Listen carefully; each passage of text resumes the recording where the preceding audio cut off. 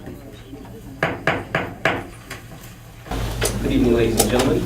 Welcome to a special meeting of the board in conjunction with the meeting of the Academic Distress Commission. First part of our agenda, we will engage the school board. So if I could, Mr. Weber, call to order, roll call, please.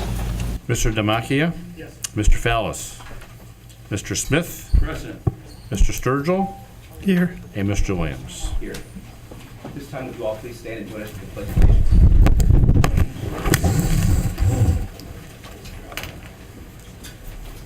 I pledge allegiance to the flag of the United States of America and to the republic for which it stands, one nation, under God, indivisible, with liberty and justice for all.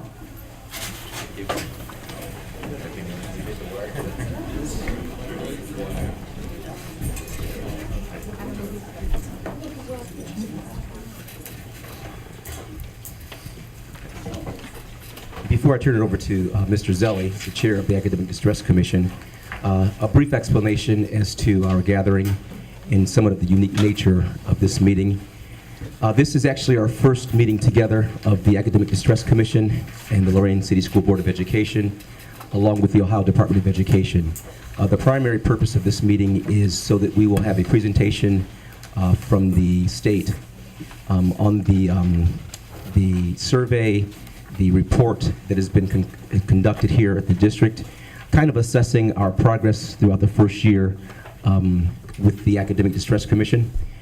They were in prior to the Distress Commission to do a survey, an assessment of the district, and then they followed up last spring, and so we're going to get the formal report from there. Also, there a report being delivered by our superintendent, Mr. Tucker, as it relates to the state of the district, and actually, more specifically, even to the start of the school year. So first of all, we would like to welcome the Ohio Department of Education to our community. Thank you for the work you've been doing with us on behalf of our students and our district, and we are seeing significant progress and improvement, and we'd like to thank you for the contributions you're making to that effort. Also, we would like to formally thank the Academic Distress Commission. They've worked diligently with our district and with our superintendent, our administration, and our board, and again, we believe that we're making significant progress. We hope that the report reflects that. We believe it will, as well as some of the other things that superintendent will present to you all, just to show some of the progress and achievement that our students are experiencing, as well as our district as a whole. I would like to personally thank Mr. Chase Rittenau, our mayor, for being here this afternoon on short notice. He carved out a piece of his schedule. One of the things that we've done significantly is create a stronger culture of community collaboration. And the mayor and our superintendent work together closely, and so we thought it would be most appropriate that as a stakeholder that his presence was here, and we're very appreciative of you carving out a little time to come by. Without any further ado, we will now, basically our board is going to be in a work session. We will not have our normal traditional order of business. Again, the primary purpose is a presentation from the ODE as well as Mr. Tucker. So at this time, we will transfer the gavel and the microphone to Mr. Bill Zelli, the commissioner, or the chair of the Distress Commission, and he will expedite the meeting further. Good afternoon, and welcome to the regularly scheduled September Academic Distress Commission meeting. Today's meeting will go over a number of items, as Mr. Williams indicated.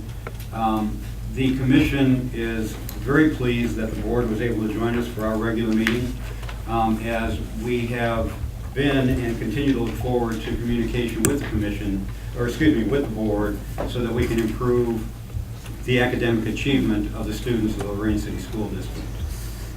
So why don't we begin with a roll call? Dr. Zelli? Here? Dr. Diekman? Here. Dr. Heine? Here. Mr. Patterson? Here. Mr. Romney? As Mr. Williams indicated, the purpose of today's meeting for the Academic Distress Commission is to hear a report from Superintendent Tucker and also to hear a report from the Ohio Department of Education. The information that will be gained from these two reports and additional information that will be gained over the next couple of weeks will be utilized by the commission to do its work of updating the academic recovery plan for the Lorain City School District. The commission was formed a little over a year ago by the State Superintendent of Public Instruction, Dr. Richard Ross, in accordance with the Ohio Revised Code.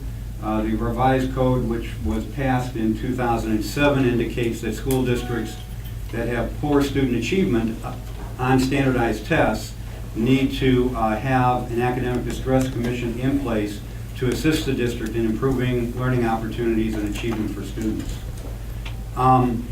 For those of you here, many of you haven't been with us before, and for those who are going to be watching this at home later on, I think it'd be appropriate that we introduce the commission and the other individuals that are with us. My name is Dr. Bill Zelli, and I'm the chair of the commission.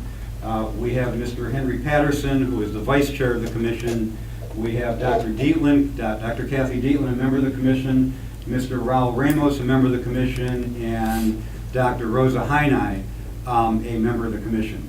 Also with us today, we have our legal counsel for the commission, Mr. Michael Fisher of the Attorney General's Office of the State of Ohio. We also have with us Dr. John Richard, Associate Superintendent for the Ohio Department of Education, Mr. Chris Willard, Senior Executive Director for the Center of Accountability and Continuous Improvement, and Ms. Clary Huff Franklin, Director of the Office of Academic Distress Commission and Educational Reform. So as we go through today, we will begin with our agenda with public comment, and then we will approve the agenda, we will approve the minutes, and then we will get into the reports. The agenda also has an executive session at the end of it. To be honest with you, I would be surprised if we get to that, given the length of all the other things that we're going to be doing today. When the reports are given, the commission and the board can ask questions after the reports are given, just so we have clarification. And then before we leave tonight, the commission needs to do a little bit of brainstorming on how we're going to go about updating the academic recovery plan in a fairly timely manner. It would be great if we can have this done by the beginning of October. I don't know if that's realistic or not, but that's going to be our goal, and so we're going to work towards that. So that's where we are right now. So without further ado, why don't we begin with public comment? Okay.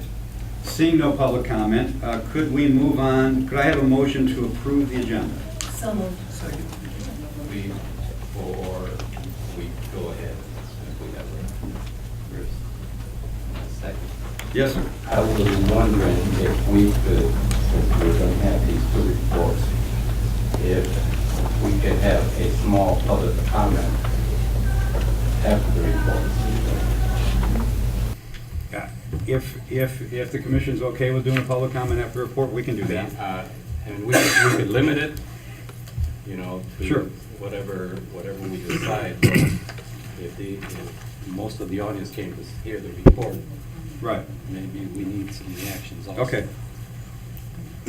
All right, so we can, Wherever it fits, I don't know. yeah, and again, well, it probably needs to come in at after number 10.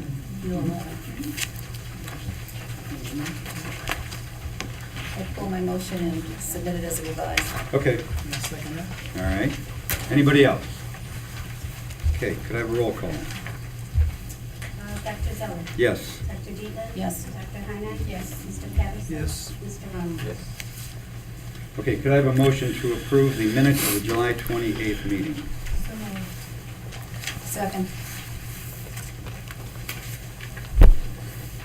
Okay, could I have a roll call, please? Dr. Zeller? Yes. Dr. Dietland? Yes. Dr. Heine? Yes. Mr. Patterson? Abstain. Mr. Ramos? Yes. Okay, so we will now move on to the reports, and the first 4 reports are going to be done by Mr. Tucker. And I think you're going to do a PowerPoint, am I correct? Yep, you have copies of those Okay. in there, so if you're back to them, you can follow. Yeah, so a few of us probably need to remove them. And Mr. Tucker, will you be doing all 4 reports together? Yes. Okay. Yep, yep, yep. All right. In your folder, you have a sheet which corresponds, number 6, which corresponds with the agenda. And the current report on enrollment, and it's always difficult for us to report on enrollment without comparisons. This is a very fluid district, and if you look at the district report card, our mobility rate is as high as 30% in some buildings, and a lot of our students don't come back until after Labor Day. So what we do is we compare day to day, and then we compare it, and then we follow along. But where we are from last year to this year, we're up approximately 100 students. To put that in context, the last time we gained any students in the district was in the year 2000. We've lost anywhere from 150 to 600 students every year since then. Now, we are still not where we were at last year, but as you can see, the trend in the last 3 or 4 years is we gained 200 plus extra students between now and the 1st of October. So one thing that this is really good about is we have students returning to the district, and I'll explain why I think some of that is happening. And also, it's up to us now to maintain that and to make sure our students remain here. Now, that number is very, very fluid, and it fluctuates. If you remember last year, on the report card, it shows we were down 200. But by the middle of the year, we actually were only down a little over 100. And of course, with the state funding being flatlined, we didn't get any additional money for the students that came in after that first week, but we lost money when our students left, no matter when they left. So this is a good thing. This is the first time we're looking at. We'll know where we're at. If we even stay flat, it's the best it's been here in 15 years. So we do monitor that. That's report number 1. Any questions on that?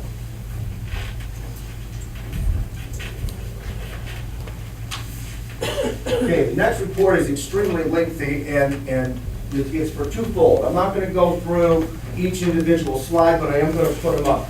Part of what I have heard is, well, we didn't know that was going on, and we didn't know that was going on. This is a very large district and very comprehensive with thousands and thousands of people, so we have a lot going on.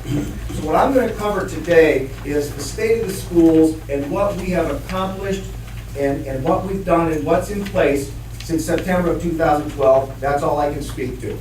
And the commission then was formed that following May. So we're going to talk about these 2 years and where we are today. One thing that was very interesting, I put this together. In addition to all the academic things that we're doing in the district, I want to go through some of the new initiatives, state and local, that have been put upon all districts in the state of Ohio. And this was real interesting. The ones with the asterisks are state mandated. That means we had to do them. And I will say aside, mostly unfunded, but most of the state mandates. The testing online, the content standards, of course, the teacher and the principal evaluation system, the ET-PES, that is part of the evaluation system that takes quite a bit of our time. These are some more things, some you've read about, some you haven't. The newly adopted reading programs, while they were not state mandated, they were in reaction to the 3rd grade guarantee in some of our reading scores. These are some other things that we've put into place. Classroom rounds are also part of the new evaluation system. And this is just a lot of things that we've had to cover. Because of where we are, we have an Ohio Improvement Plan, which we had prior to the commission coming in, and we have all these teams in place. Last year, of course, we had the whole Calamity Day issue, which was big across the state. A lot of you are aware that STRS, there's big changes, and a lot of districts will be losing a lot of teachers this year, so that's a concern that we're out getting a lot of new teachers. And finally, the Resident Educator Memory Program, which is a 4-year program for new teachers coming in, and the new graduation requirements, which went into effect for this year's freshmen, which still I don't believe are finalized from the state. They're almost there, but they're close. But those are all the things we had to do on top of that. One big thing that we looked at, of course, last year was attendance. Student attendance was a big focus for us. 80% of our schools increased attendance rates this past year, and we were at 93% plus, which is what we're required to have. Now, that's attributed to a whole lot of things, but we put a lot of work into that, the whole district, a lot of people, we put a lot of resources into that. Another big focus from the commission was our staff attendance. Well, we worked very hard on that, and remember, this was one of the worst winters ever and a lot of illnesses. Our staff attendance hit 95.2%. That's pretty huge. The only people that are not included in here are people who are on family medical leave. That was not sick days, but family medical leave are not included in that.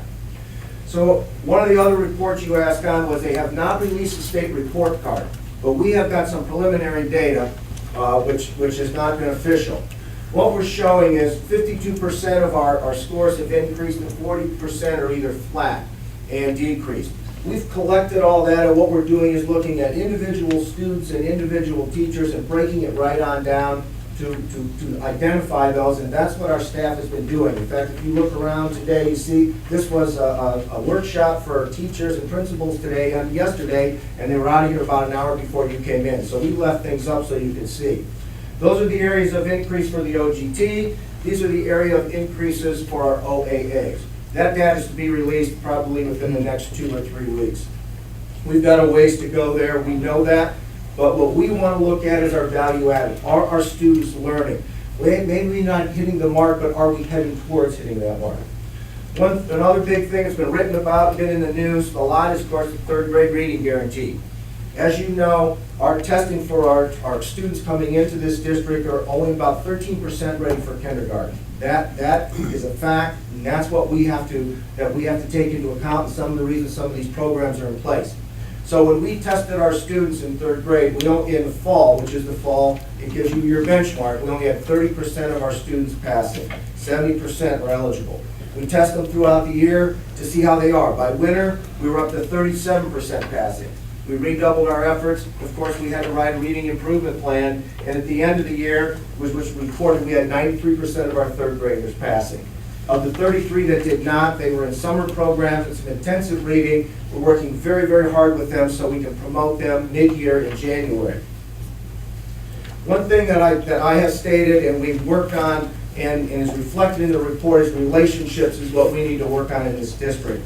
And that's a priority, and that's adult to adult, adult to student, and parents and staff, because I believe relationships are everything. The curricular things are getting in place, but I'm trying to get everyone to have positive conversations, and one of the big things is, how about the conversation starting with, how can we do this, as opposed to, we can't do that, this is why we can't. That's one thing we're looking at, and also longitudinal outcomes, not short term. Whatever we put in place has to be over time and sustainable, has to be longitudinal. And this is what I told my teachers the first day of school. Because I'll tell you what, you read, you get beat up, but you are making a difference teaching and working in Lorain. We all are. Progress review. Our first levy, now this is all since 2012. Our first levy, first new operating money in 12 years. We're looking for fiscal accounting stability. Positive cash balance for the end of 2 fiscal years. In this district, for those of you who live here, know that's huge. That is huge. No reductions in force, 2 straight years. I believe that's the first time in maybe 12 years, 13 years, that we haven't had a reduction in force here. We've done it with attrition. The last 2 years, we've done orientation programs for all our new employees in this room. We haven't done that in quite a while, too. And that is whether they're a cleaner, a custodian, a teacher, a principal, they all attend the orientation program and have a luncheon. One of the things that I'm a big proponent of, and my leadership I hope reflects that, is continuity of building leadership and staff. Too much of this is like a chess game with our principals. I have not moved principals in buildings, they've stayed in their buildings, and for the first time in a while here, we've had some principals in buildings 4 and 5 years. Why is that important? One, our culture develops in a building, you know your parents, you know your community, you know your staff, and you don't have to go through the whole relational piece, it's right there. What do we do with our building leaders? Because we had some young principals, we had school turnaround for a few years, and we had the funding for mentors to help them. We also used the Executive Principals Academy at Ohio State University. We've reduced central office administrative staff here. We had 6 months of time and effort logs my first year.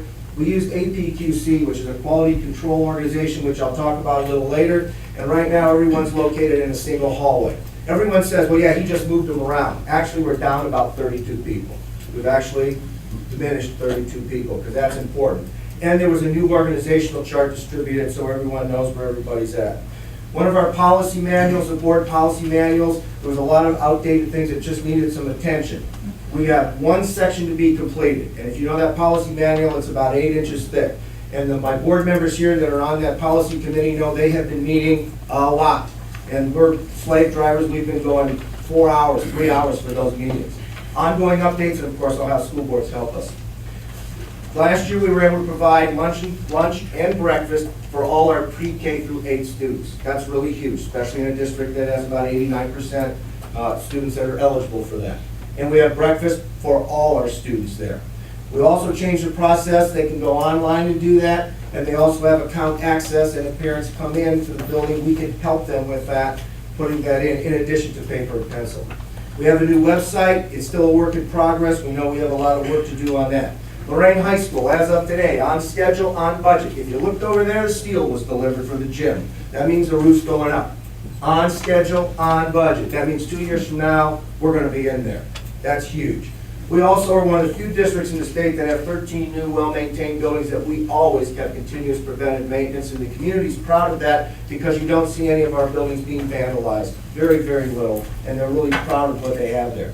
New warehouse, we Goodman family donation, $750,000. We have all our operations there. Archival storage space, if you knew where our old space was, it was slipping down off the edge of the earth, and all our vehicles are stored inside.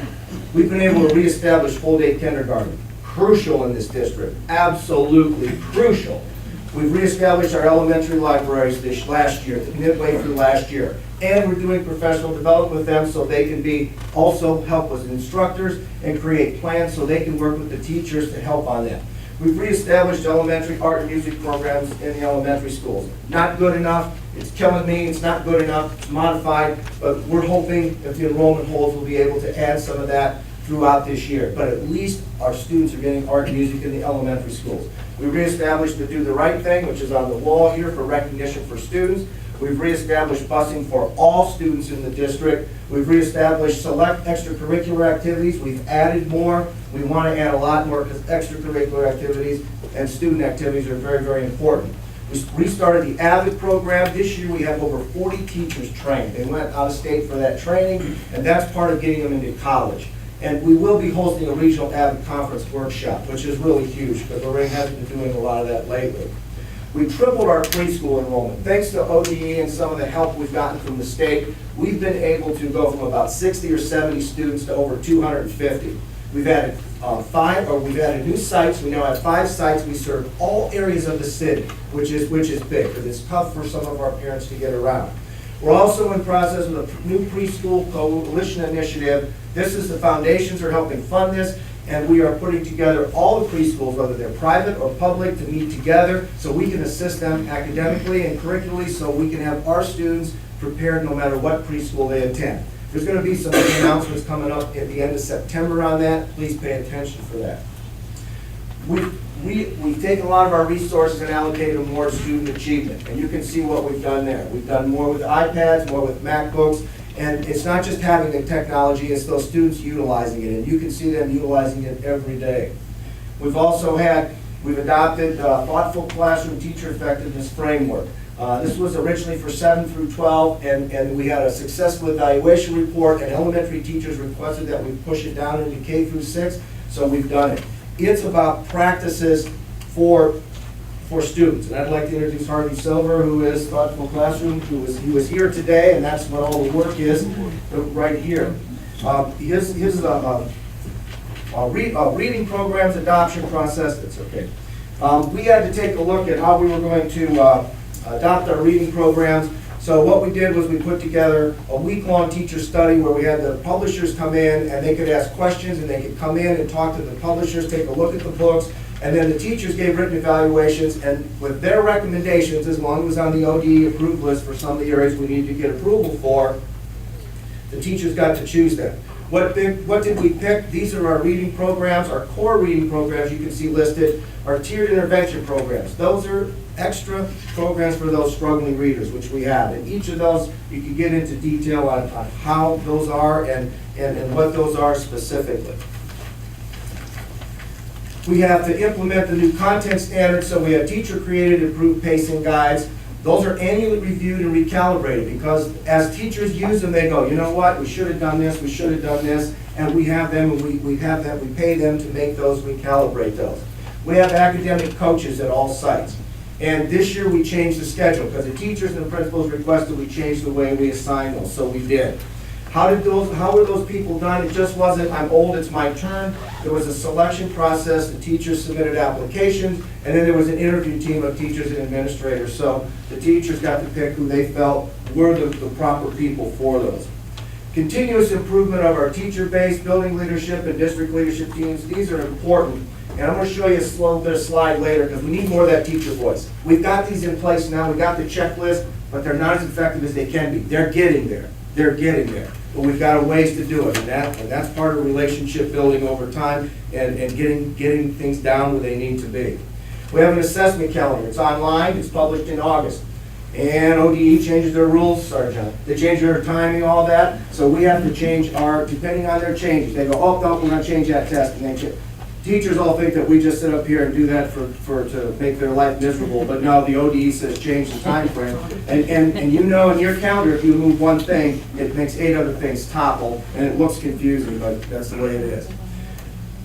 Part of our testing is we've been using NWEA MAP, which is a testing program. Some of the teachers had some concerns that what we brought in wasn't exactly there, so we looked at ProCore and some other things. They have to be on the ODE approved list. So we adopted ProCore, and it has, part of the evaluations for teachers is if there's no test that relates to them, they have to write student learning objectives. It's a very long process, they have to write things. So this has more areas that they can use the testing for their evaluations to show their growth. What ProCore does is this right here, and you can read through that.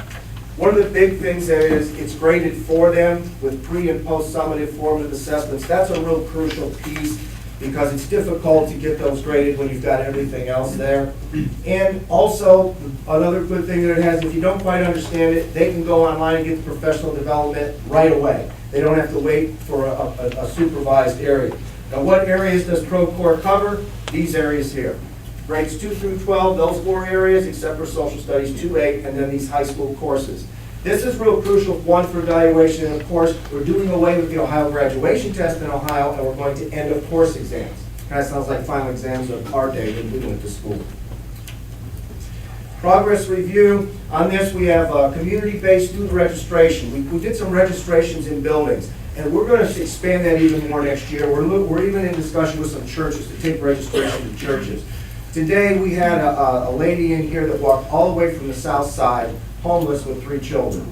We need to do a better job getting our students registered. We've done a tremendous job this year, but we need to do better. So we have done some of this. We're going to expand it even more. It takes a lot of early on planning, but that's one thing we're going to do. Community-based parent-teacher conferences. We've talked about it for years. John Monteleone, who's sitting here, his school said, yes, let's go to Sacred Heart Church because that's where a lot of our students are. So we're going to be doing more and more of that. Let's take the teachers in the schools to the community. They feel a lot more comfortable in those particular areas than they do in our school buildings. We need to do more of that and more partnerships. We make sure our student assignments and schedules in the building and classrooms and timely student notification. Rather than having 100 kids not knowing where to go, we try to make sure that we had every student in place on that. It sounds easy, but with 30% mobility rate, sometimes it gets to be challenging.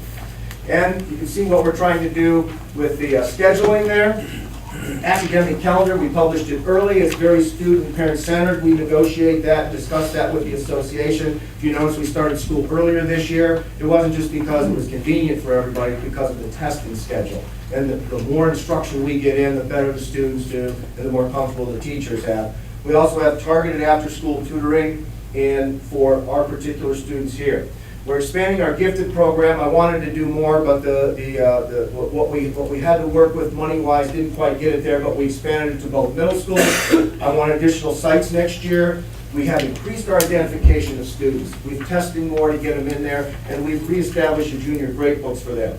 This is a biggie. I hope the papers put this in. No pay to play in Lorain. That's huge. We may be the only district that has no pay to play in this county. Someone may know. But we're the only ones for sports and extracurriculars. That comes out of our general fund budget. But our students do not have to pay to play. And we also have our endowment fund, as it's known as, that's the official term, which gives additional funding for our teachers to do projects and principals in their building for students. Summer educational programs. This is a list of the things that were offered this summer through us. A lot were through other organizations for partnerships. The Techie Camp was sponsored by TechCorps. NASA, they sponsored a female energy propulsion camp. They want females to think about engineering. Of course, the bridge camps, the academic camps. The third grade reading intervention camp for our students that didn't pass that. CAST for our alternative school students. We also had the SHAPE, which is a partnership with Case Western Reserve, the traditional credit recovery, graduation prep, summer reading learning. We also had a Touch project and Urban Youth Challenge, which was sponsored by the Urban League. There's more, these are the biggies. And while we're in partnership with those, a lot of community organizations do a lot that we help get students into. Field trips. One thing that we have really done a lot with is we've taken the foundations, and everyone wants to come to help our kids, but it was somewhat mismatched. So we really worked hard at targeting that for specific areas. Dr. David Hall, my assistant, does a terrific job into making sure every student gets on a field trip. And by the way, these are all funded, not through general fund, through foundations and through generosity of other folks. And these are some of the ones that you can see. They're standards-based. They have to write the standard that they're addressing, and when they go on these field trips, it has to align with what's going on in the classroom within a frame of time. We have the ones you see listed there, ones you see listed here. Lorain Historical Museum now, they're moving. We're now going to work with them. In fact, it's about done to write down and have some Lorain history taught in the third grade. We had it here years ago. I took it when I was in school, but we are now going to have Lorain history, and they're going to take a field trip to the museum and also around town so they can learn more about their town. 9 through 12, these are some of the ones that we do. There are lots of other visits and other things that other community agencies do that we just don't necessarily, we work with them. 9 through 12 college field experiences. These are all the colleges that we go with. 2 of those, Kent State, Miami of Ohio, work with our AVID program. They work with a lot of our curricular things. We also have class visits there. We also have scholarships with some of these colleges, and work pretty closely with them. Career Tech programming. In your folder, you all have the Career Tech booklet, which explains what our Career Tech programs are. These are the ones that are listed. I'm not going to go into detail. You can look through each of those. We are very unique here because we don't participate in the JVS, and we can have more students involved. And this is one area we're working on growing it. Every one of these courses are articulated at Lorain Community College, Lorain County Community College, so they can get college credit and they can get post-secondary education. Not necessarily a degree, maybe associate's degree, maybe some kind of certification, but they can get a job on that. And there's lots of programs that we have that are aligned. And you can see in the brochure on exactly what they could go ahead and do with that. One of the things that we looked at was professional development. We wanted staff requests, and in addition to, we have a lot of new programs that we need training on. We had an extensive published schedule, which all of you received at the last meeting or 2 meetings ago. Dates, times, locations, detailed description. And during the school year, we have designated PD day throughout the years. We also have continuous job embedded. If you can see, these 2 consultants from those companies are in here in our teachers' classrooms working with our teachers and doing PD during the year. So you can see what they do in action. Also, teacher-based teams have some PD involved with it. We also use professional consultants from these educational service centers. We use a lot from Cuyahoga County. They've been very, very helpful. We also use Silver and Strong, and he's here today, which is a thoughtful classroom. The Believe in Ohio, the science project, we're part of that. We also Reading Service, Pearson, National Museum for Women in the Arts. We got one of our teachers got a Martha Holden Jennings grant this past year for that. These are some more of the outside consultants that we've used. You may not know that first name, but he's like the expert guru in scheduling in the country who's working on being creative with our high school scheduling because it needs some creativity to address the needs of our students. Our academic coaches and teachers, and some are in the room today, they do a lot of peer training, mentoring, and modeling. They do a lot of data analysis for the teachers and also try to work on best practices. This summer we have PD Part of what the teachers told us was, hey, we don't like having a PD in the buildings. One, I have to sit in a second grade chair. Two, it's where I work. And three, we just wanted to have it in a more professional place. So we were lucky this year to be able to hold it at the Spitzer Center, which is at the college, which is much more professional. They can go to lunch. It's just a much better facility. It worked out well. We have them fill an evaluation form after each session. It assists us in planning future sessions so we know if they're good or bad. This year, we offered 134 sessions in the summer. We had 1,661 participants, teachers, principals, parapros. Now, that could be some person 4 times because they may have taken 4 sessions, but that's pretty huge. That's on their own time in the summer. And remember, you have teachers that, one, have other jobs they can't quite make it, and you have teachers that are working on their master's, their doctorate, and other postgraduate things on their own. These are the topics. These are not the names of the programs. These are the topics that we covered this year in summer. Those are the ones we needed to work on the most. We've also done a lot of collaboration with higher ed. And Cleveland State is part of the NASA. Ashland, of course, is a lot of our professional development. Kent State is our AVID. Case Western was the SHAPE summer program. Oberlin College is Fine Arts and College Physics. Finley has minority scholarships, and they work with AVID for us, and OSU has the Young Scholars program. Lorain County Community College Partnership, we have a number of contracts and a number of things we do with them. We started Titan College. You have a brochure in your packet to talk about that. They can have an associate's degree earned at Lorain High School campus. This past year, we had 180 credit hours earned by our freshmen. Last year's freshman class, we brought them all out to the Spitzer Center and had like a graduation, or had them come up and they showed Dr. Church and my hand, and also got a little certificate. But some of those already have 3 and 6 credits as freshmen. We have the PSEO and the COP program. That's not police program, that's college options. And that is for, they can earn secondary credit there. They can attend at LHS, or if they want, they can also go to LCC. They have to have a compass test requirement there. We don't have enough students getting to that, passing that compass test, so we need to do a little bit more remediation to make sure we get more kids involved in that, to make sure that we grow that. In addition to that, we have the Early College High School, which is part of a small school initiative that started 10 years ago. And these are for first-generation college students where they have the option to go out to Lorain Community College, have an early college. They are Lorain school students. We do that in conjunction with Elyria City Schools. Titan College was an answer to early college for those students that either couldn't get in there or weren't first generation. So they could earn that associate's degree just like they could at the early college. Career Tech program, of course, all those are articulated for credit. And the last year we started a pilot program where we're having 7th graders take algebra. This year we have 8th graders take geometry. Yes, they have to pass a test to get into that, but we're trying to push math further down so they can have more opportunities when they get up into the upper grades. That's also part of our gifted program. Human resources, professional review. When I came, we had some issues with human resources. And I came out of human resources 5, 6, 7, 8, 9 years ago. I don't know, it's been a while.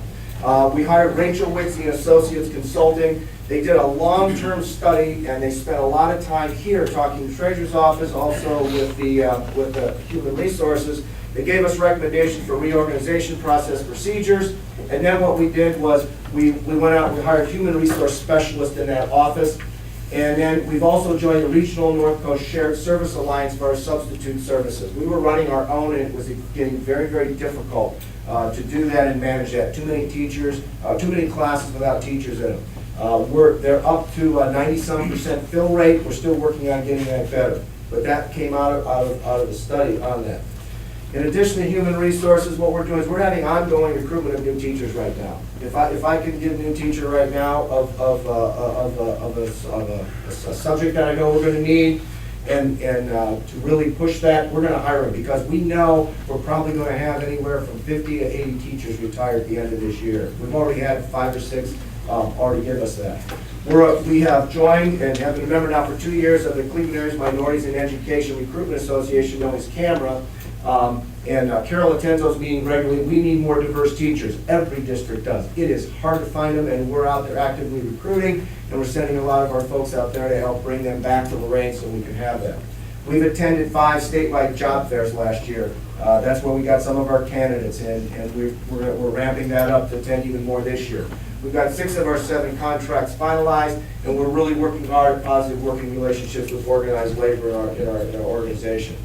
District audits, we've had positive audits since 2012, and this comes because a lot of people work real hard. There's a lot of teamwork in there, all the way from any staff member that's done real hard. We had a good financial audit. I believe we would have gotten an award, except we had a deficit, showing deficit spending.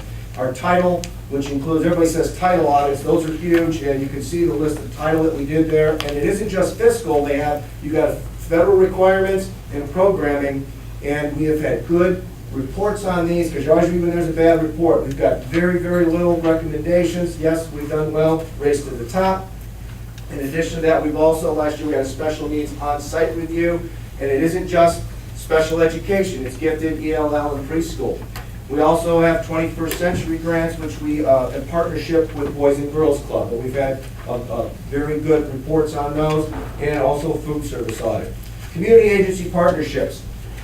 When community agencies come in, they want to help us, but what we tried to do is now we have district priorities, and the commission has helped us do that. But with that, we go, you can work with us, but you gotta be with our priority. You gotta fit within our priority. It helps the community because they go, that's great, that makes sense, now I see where I can work, as opposed to they wanna do this little program, but it has to fit into the whole scheme of things.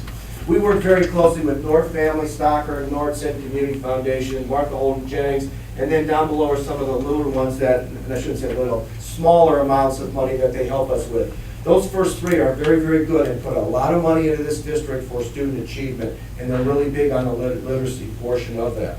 Now, in addition to that, these are our partnerships. One of our biggest partnerships is Boys and Girls Club. They do mentoring, after-school activities, community service. They also brought the Sparks program, which helps our struggling readers in that. They are a real lifesaver for a lot of our families. Big Brothers and Big Sisters, of course. We work very closely with LACADA, with the drug and alcohol prevention. We also have the 100-man NAACP mentor our students, some of our most difficult students, and give them some leadership speakers and work closely with them. The Girl Scouts are doing the Amaze program for 5th graders or 6th graders. I can't remember if it's 5th or 6th graders in some of our buildings. Those are tough years for females in those grade levels. We also have these partnerships for our mental health. We know we have issues with mental health, but we've reached out and we have a lot going on with that, and we want to build that even more. We're working with El Centro for our ELL mentoring program and need to build that, because that's a huge need in this district. We also have communities that care. We work with local agencies to assist families, because usually we're the first to know because of the children. We also have Ohio Reading Corps, Urban League, Campus Impact, Family Children's First Council. In fact, on that, Dr. David Hall is the Assistant Vice President on Family Children's First in Lorain County. Last year, we restarted the Business Advisory Committee. In the past, it had been somewhat, hey, why don't you help us pass a levy? Hey, how about you giving us some money?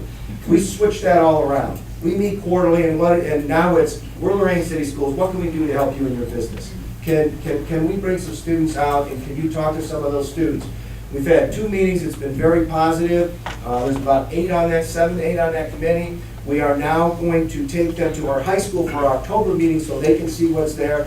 They told us some needs. Hey, do you know that this area is opening up for this? Hey, do you know that some of your students with a high school degree can make $75,000? Hey, do you know? And it's a different focus from what we've done in the past. And we're going to be doing partnerships for students. We're also now working with JVS to try to partner with some of their programming and help with the businesses there, because we're all in the same business. It's all about kids. We can't do it alone.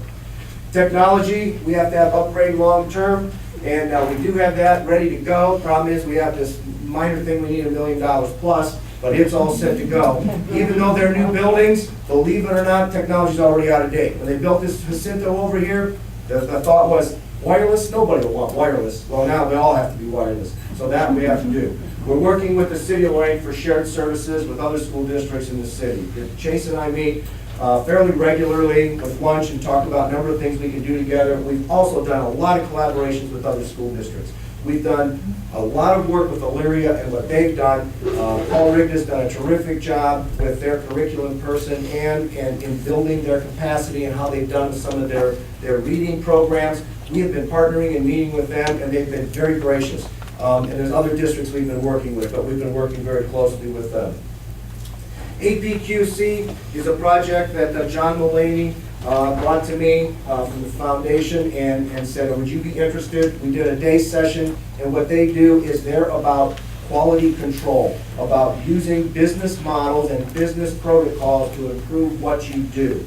We used that last year for registration, governance, and assessments. How I reorganized this was based upon the project that we did. In fact, I have to go and present that to the national headquarters for APQC.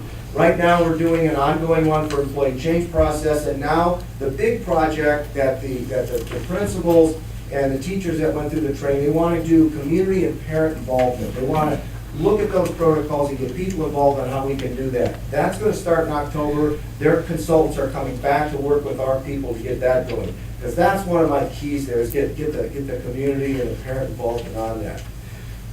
One of the big things is, I said, improving our teacher-based teams, our district leadership teams, and our building leadership teams. We have them in name and they meet, but we need to be a little more focused. This is what a lot of the folks, or the team that's working on this is what they came up with.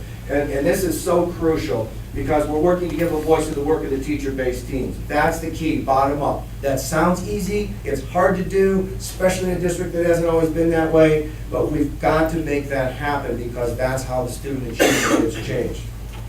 New initiatives, tools for schools. Part of the commission report was about marketing.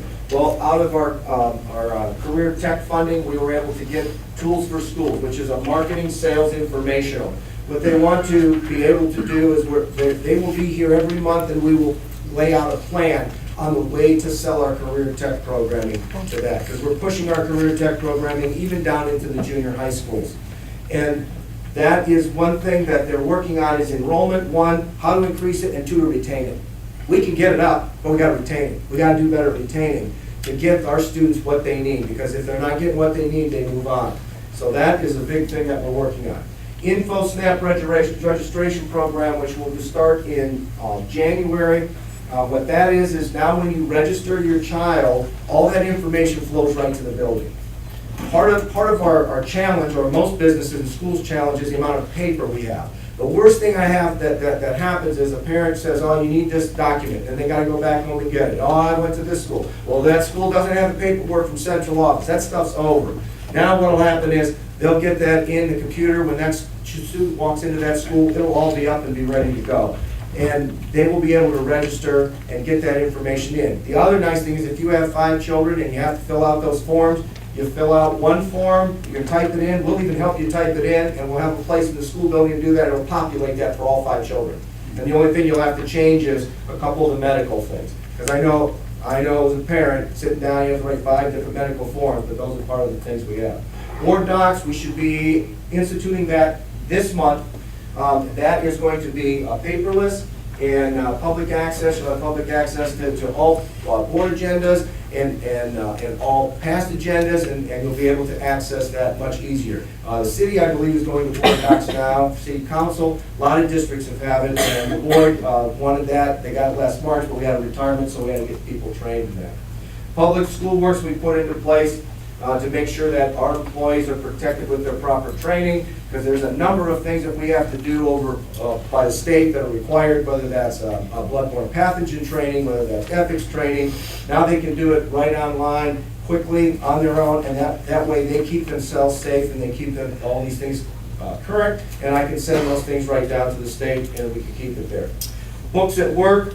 One of there's a grant that this organization has, and what this is, it's for our non-teaching staff. They've done this in Maple Heights, and they basically have book clubs and book study clubs to broaden the academic and the thoughts of anybody that doesn't have a license. So that's our cleaners, that's our parapros, that's our secretaries, anyone that does it. And we're starting that. In fact, we had a meeting yesterday, and we're going to go out to the staff. They have college professors that donate their time to come in and work with the folks in a small group after school or after work with these people. One thing they did in Maple Heights, for instance, some of the non-certified people at the junior high said, what books are they reading in 8th grade? We want to read the same books. So when a student comes through the cafeteria line, they go, hey, I'm reading that book also. and talk about themes. Student branches ambassador program, our credit unions merged with this credit union from out of the county. And one thing that we are going to do within the next month or so is they're going to have in our middle schools, they're going to start financial literacy for those students, and once a week, they're going to have savings account to teach the students how to save money, and they will be able to take the money and have a savings account and talk with those students about how to manage their money. They like to do it at the middle school. They've done it in Elyria. They've done it, I believe, North Ridgeville's the other place they're working at. Our students go on Washington, D.C. trips, and this will help a lot with giving that financial literacy that we can't always do in a classroom, but now we can do it during a lunch period. The other thing we have is student voices, and I've got another quick report on that. This is what the commission asked us to do, and this is the My Voice surveys. It's a Quality Institute for Student Aspirations, and the key is student aspirations. In your packet there, you have a little paper that has the information on what this is, and like I said, I'll finish up the report on my next section. It focuses on 7th through 12th grade buildings. And it was funded through the Academic Distress Commission through the state with Race to the Top funding. This has been done in other districts.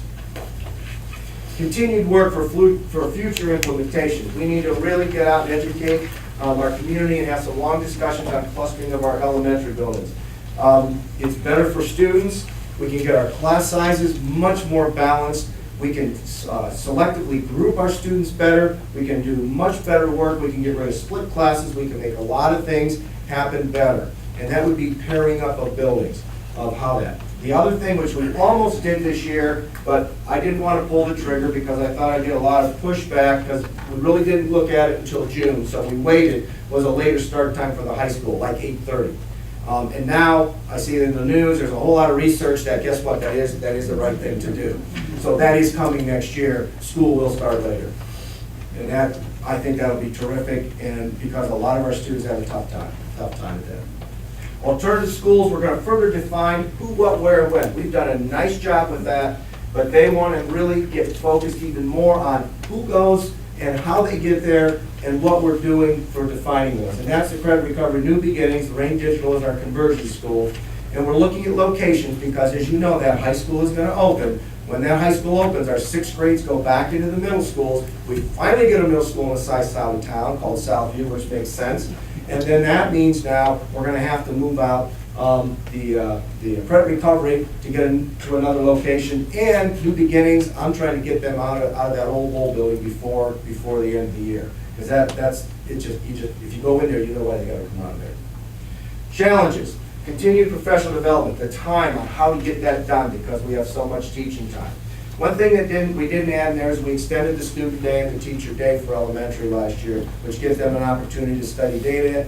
And while someone says, well, it's only 5 or 6 more minutes for a child, times 180 days, that's a substantial amount of time. The implementation of successful tiered instruction.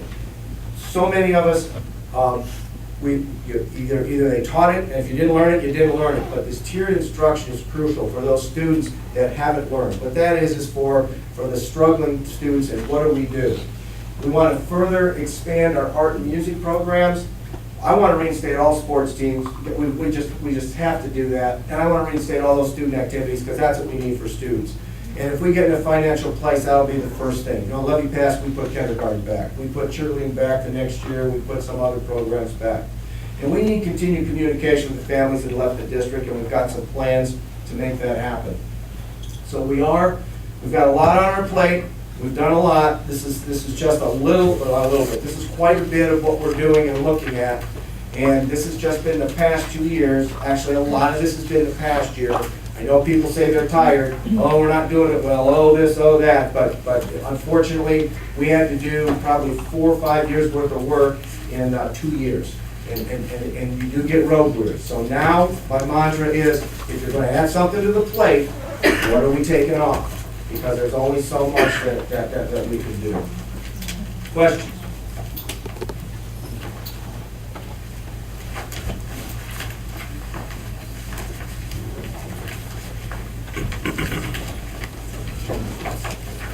Okay, the next thing I'm to report on is the Quality Institute, which I did a little bit on. And basically, you have this in your packets also. We had our opening presentation on the 18th. Dr. Mickey, as he said, Mickey Corso was there. Did a terrific send-off for us.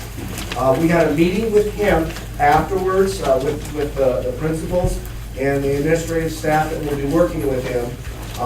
His staff is going to be in the district on these dates all year to work with students and staff, because this is about student aspirations, and there's a student component of this.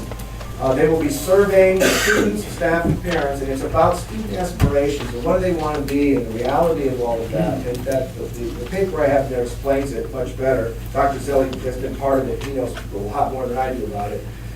We were just invited, Longfellow and Wellston, the middle schools. Youngstown has had this for a while. They're having a middle school leadership conference, student leadership conference at the end of this month, I believe.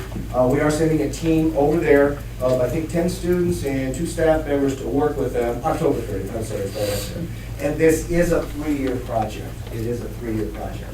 This works a lot for our culture, improving our culture and our relationships, which is part of our focus.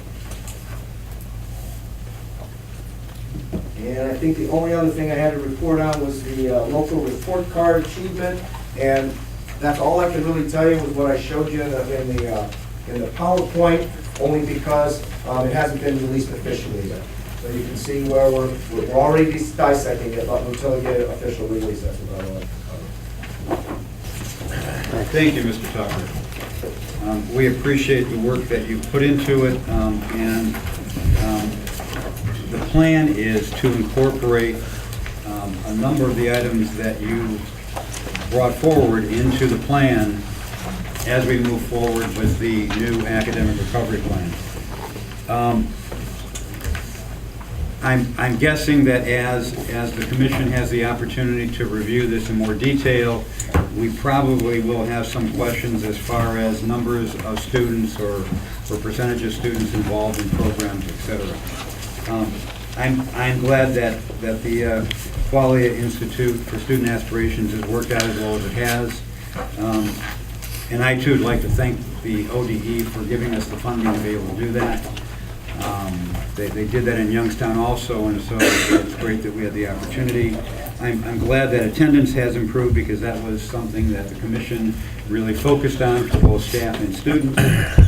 I am glad that we expanded AVID. That was something else that the commission focused on. And so I do think that, as you've indicated, we've done a lot of work, and we've had a lot of progress. And so we're hoping that this work in progress is going to result in increased student achievement this year and in the coming year. Does the commission have any questions at this point of Superintendent Tucker, or do we want to let it go right now and we can roll into the report from Dr. Richards? Yep. Okay, all right. Then, and Dr. Richards, you are not going to do a PowerPoint, am I correct? Correct. Okay, all right. You can stay seated. Okay, all right. Thank you. Okay, am I up? You're up. Okay, well, first of all, thanks for having me, especially to the board members. Appreciate your attendance this evening as well. And the first thing I want to do tonight is thank Clary Huff Franklin, who I think the commission is very well acquainted with at this point. But also I know Dr. Zelli introduced Dr. Chris Woolard earlier. Chris, just a week ago, was actually named as the Senior Executive Director for the Center of Accountability, which is what this work is tied most closely to. So he actually is filling the position that I used to fill. So he will be more of a presence here. In the future, you will probably see him from time to time in addition to Clary. So just so you get familiar with him, and if you see his name on communication, that is why Clary actually reports up to him. A little bit of history. Again, Dr. Zelli mentioned that the law that puts academic distress commissions into play was created in July of 2007. And what happened at the Department of Education, while it's not a direct link to the department, the superintendent of Public Instruction is the one by law who appoints 3 of the commission members and also has the ability to take certain actions and so forth. So that's just a really, really brief backdrop of the commission itself. What has happened in Ohio is up until last year, there was only one academic distress commission that was in existence. That was in Youngstown and still remains in Youngstown. As of spring of 2013, based on the performance of the district and the criteria that's stated in law, the same was created here in Lorain. One of the kind of the reminders is Lorain was created right as the transition to the new report cards came into existence. So for Lorain to exit, or for maybe a better way to state it, is for the Distress Commission to exit Lorain City Schools, which is everybody's goal, is that over a 3-year time period, 2 of those years, the district must score a grade of C in the value added dimension and the word is and, a grade of C in the performance index section of the report card. So if there's any question whatsoever about that, it's value added and performance index. Both have to have a C grade 2 out of 3 years. The other way to come out of a distress commission being in place would be for the state superintendent of instruction to notice that there is enough of a trajectory, there's enough gain that's happening in the district that he does have the ability to dismiss the academic distress commission. I can speak with fairly, I would say 99.9% confidence that knowing Dr. Ross as well as I do, that he would only do that based upon true numbers. In other words, graduation rate is seeing an increase, that value-added performance index is on the increase and so forth. He is very much a, show me the numbers, show me the increases in a district. So just in fairness, so that nobody thinks we can just beg to have Dr. Ross take us out of a distress commission, I would say that with fair certainty that it would be based on actual performance. So that's a little bit about the history and kind of where we're at in terms of the distress commission. As I mentioned, there was only one distress commission until Lorain came into existence. As a result of that, because there's very little dictated in law other than how you get in, how you get out, the commission members and so forth, there's no work that's tied to this directly at the department. But as a result of looking at Lorain coming in and the potential for other districts in the future entering it, a little over a year ago, we created an office that is primarily related to distress commissions. That's what Clary oversees now at the department. And as part of that initial work, one of the things we did initially coming into Lorain was pull a group of people together to come in and at least do somewhat of an assessment from some outside people. It was really, to be honest, somewhat of a gap we felt at the department. So over several months in looking at some other states and really looking at Ohio's process and the law that exists in Ohio, is we've created what's called a district review.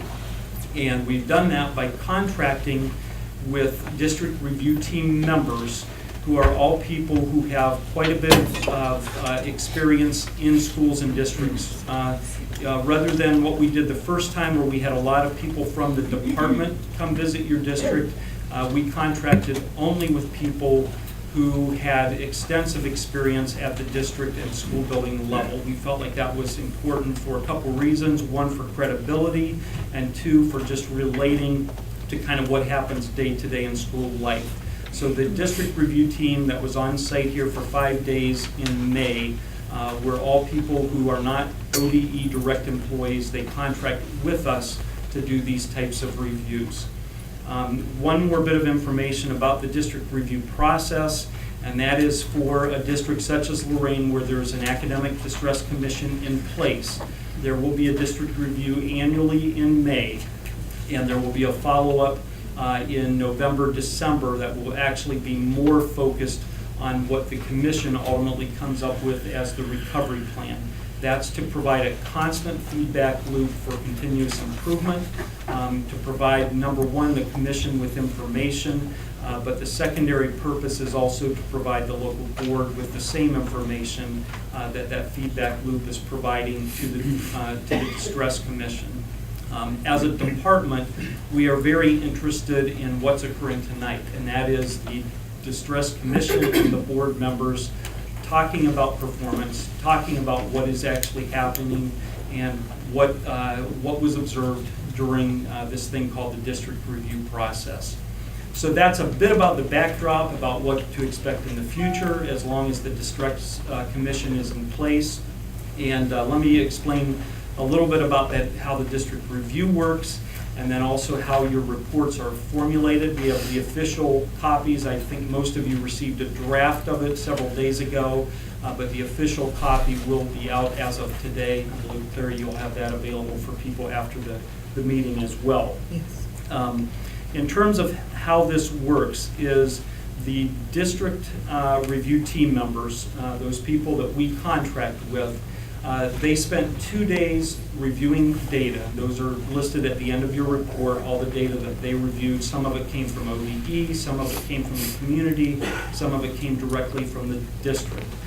So the first thing is to say thanks to Tom and Elena and everybody else who put those requests together for the review team members. But they spent 2 days prior to stepping foot in the district looking at the data to try to get a snapshot of what it looks like on paper. After that, then they came to the district Monday through Friday. They spent roughly 4 days in classrooms. There were kind of 3 things they were doing. One was looking at the data ahead of time, and also during the week they requested some additional data. Secondly, by doing observations of everything from classroom teaching to some meetings. And then thirdly, they conducted a number of interviews, both individually and in focus groups or small groups of teachers, administrators. I know some board members were interviewed as well. So those are kind of the 3 primary areas that they used to conduct their review. Again, it's the data that's on paper. Secondly, the observations while they were in district. And thirdly, interviews that were conducted while they were also in district. I'll stop there just for a moment to make one point, and that is, as we go through this report, number one, it is by the nature of how this is conducted and by the nature of knowing that the district is in need of an academic distress commission, the report is critical. It's designed to be critical. It's designed to provide information to the commission members and the board, and hopefully it's really a point for all of you to ask a lot of questions of the district personnel and formulate the best way to go about improving what's happening ultimately with student performance. Second part of that, there are a lot of quotes used either by individuals or groups of people that's contained in the report. While it doesn't name names, it does name either by teacher or by administrator and so forth. It's important to understand that those were used if they were part of a theme that was emerging through those 5 days being in the district, and potentially as well as documentation that supported that type of a view. So that is important to note. It's not like one person made one statement and that became the basis for a recommendation or something else. So please understand that when you do see quotes. And then finally, kind of even bigger picture, it's important to understand that this is a snapshot of 1 week in the district. Nobody lives out the day-to-day happenings in a district like those people who are employed by the district. So it's important, while this is a fairly comprehensive review of what's happening currently and what was observed, what was reviewed, what was heard, it is still 1 week in time. I can tell you, just listening to Tom Tucker's report tonight, that a number of issues that were in or that is in the report are already being addressed. And that's one of the things that we find with the district review team and the report that comes out of the review team being on site, is there's probably not going to be a whole lot that's absolute new information, because Tom, the board, and to an extent the commission is living this out either day to day or month by month. But what it probably will do is emphasize maybe some areas to make sure that we conduct a focus. And then finally, that's kind of my last point to the commission in particular, because this really should help you further refine and develop the next academic recovery plan. Hopefully that's not going to be a giant leap from one thing to another, but it will be a transition. Our advice would be to pick the 2 to maybe 4 areas at most that really are going to, in a sense, get the most bang for your buck.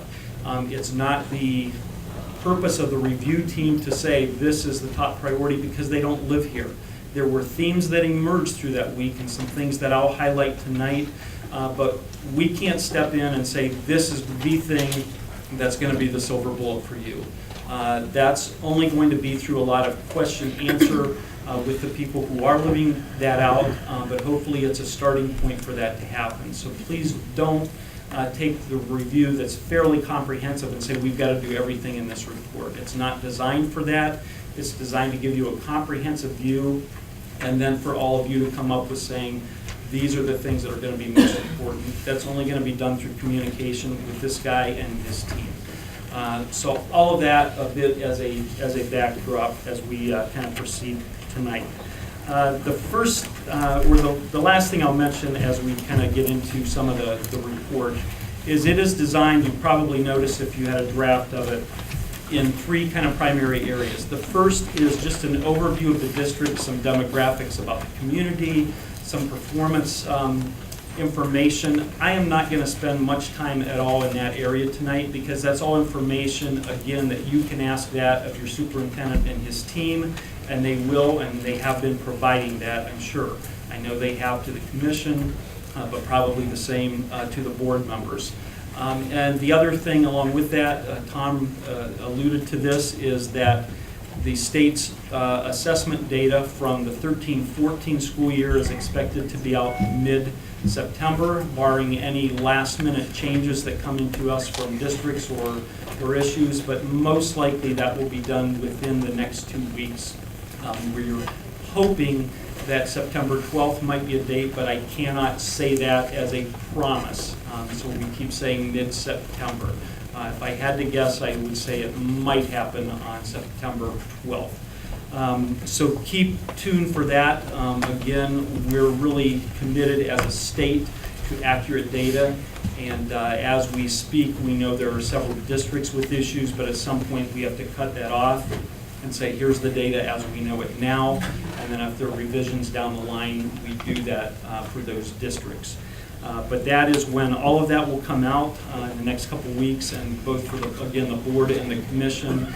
I highly encourage you to especially pay attention to some of those areas that are highlighted in the report. Gap closure, for example, but especially value-added performance index, because the reality of it are those are the 2 areas that will make this commission go away at some point. So that would be important. And then there are findings, both strengths and opportunities or challenges, and then finally some recommendations at the end. So what I'd like to do tonight is basically kind of just quickly go over a few of the performance issues. Again, I think based on the data that was available in May when the team came in, is there was not from 12 to 13 a tremendous increase in a number of those areas. And we're waiting again for the official data to be released this month to look at how those are going. But a couple things that I think are interesting in terms of the data. All the subgroups, you have 10 subgroups that are broken down by federal guidelines. And with the exception of students who are on IEP, subgroups, reading passing rates in 12-13. And that was just after a year of new personnel, especially administratively, and the commission just being formed as well. But those subgroups reading passing rates for 12-13 were higher than the previous 2 years.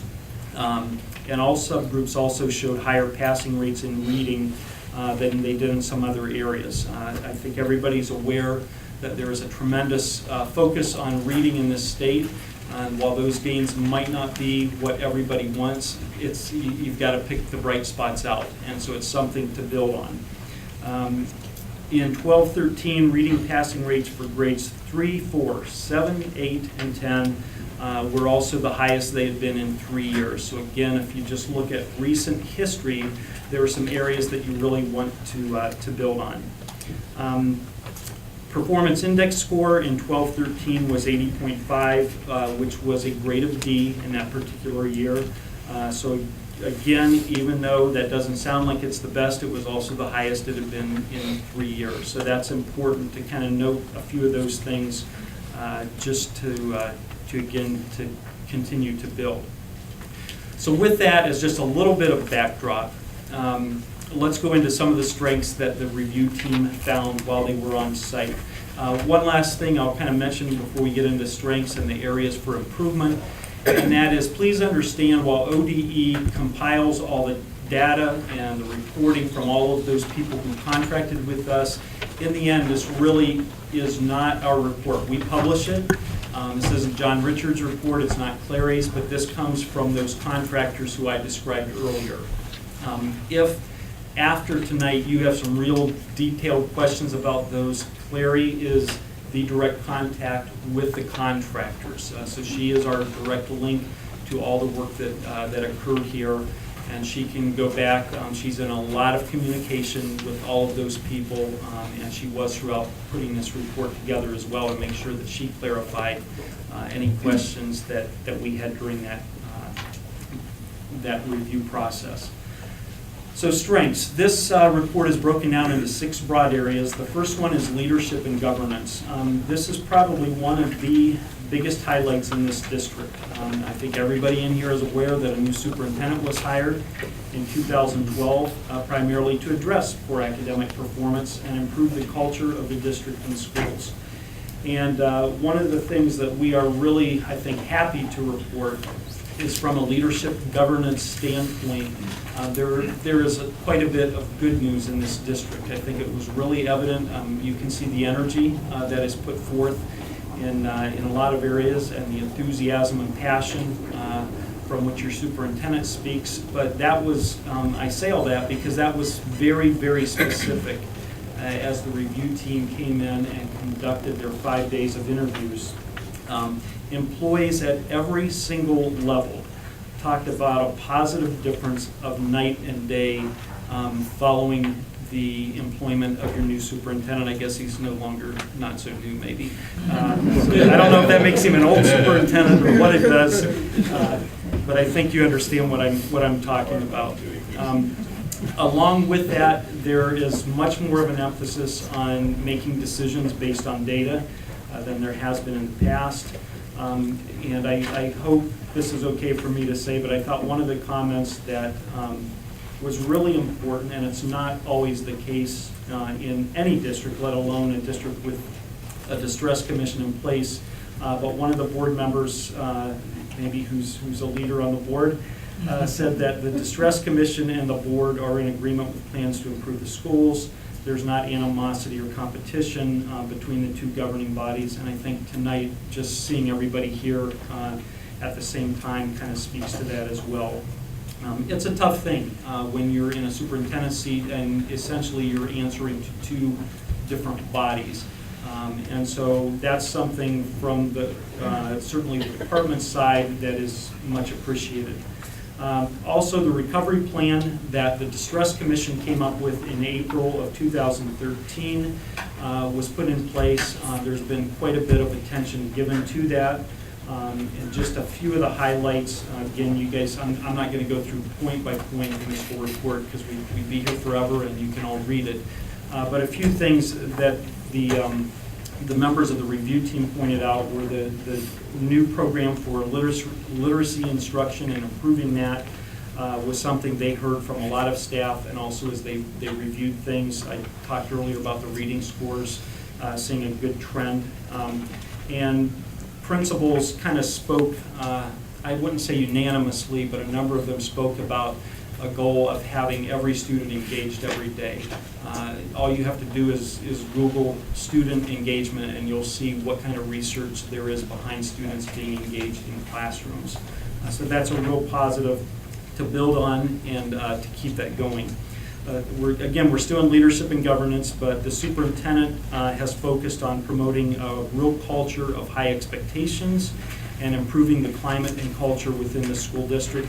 Again, I won't go into all the details behind that, but I think that is a highlight that you need to understand, both as a commission and as a board. That was something that was really, really noted specifically by the review team. Leadership and city government officials, there were a couple city leaders that were interviewed during their 5 days, and they both spoke very positively about developing a positive and a productive partnership with a shared goal of better serving students and families in Lorain. So all of these basically kind of point back really to what you did a couple years ago in hiring Tom Tucker. Well, it's not my job to speak individually about him. It's something that it was in black and white with the review team who came out and heard that essentially from your employees. So that's important to note. When we get to the area of curriculum and instruction, one of the things, again, that was noted, and you'll hear it later on in an opportunity for growth and a challenge, but there is, I think if I had to put this whole report into a nutshell, I would say that this district is probably at a tipping point. I think if you can, kind of work with the momentum that has been gained, you will see things really start happening over the next couple years. We all understand that we don't get to the point of where Lorain happens to be currently in 2 or 3 or probably even 4 or 5 years. It happens over a long period of time, and in a sense it almost creates a culture. That doesn't change quickly. So one of the things you'll hear is, while we'll mention some bright spots early on, you'll hear some of the same areas later on that also have a challenge, because I think we're right there at the tipping point, but it's kind of like the devil's in the details now. And I think we're probably a year and a half or so into this, and 2 years with new leadership. We're now kind of at a point of let's kind of keep this thing moving, let's focus it to the most important areas and keep those going. So with that said, in curriculum and instruction, one of the highlights is that your staff worked very diligently on aligning pacing guides, things like data notebooks, curriculum guides, all to Ohio's new learning standards. So those standards are in place. Districts were encouraged to implement those in 13-14 if they hadn't already started doing so.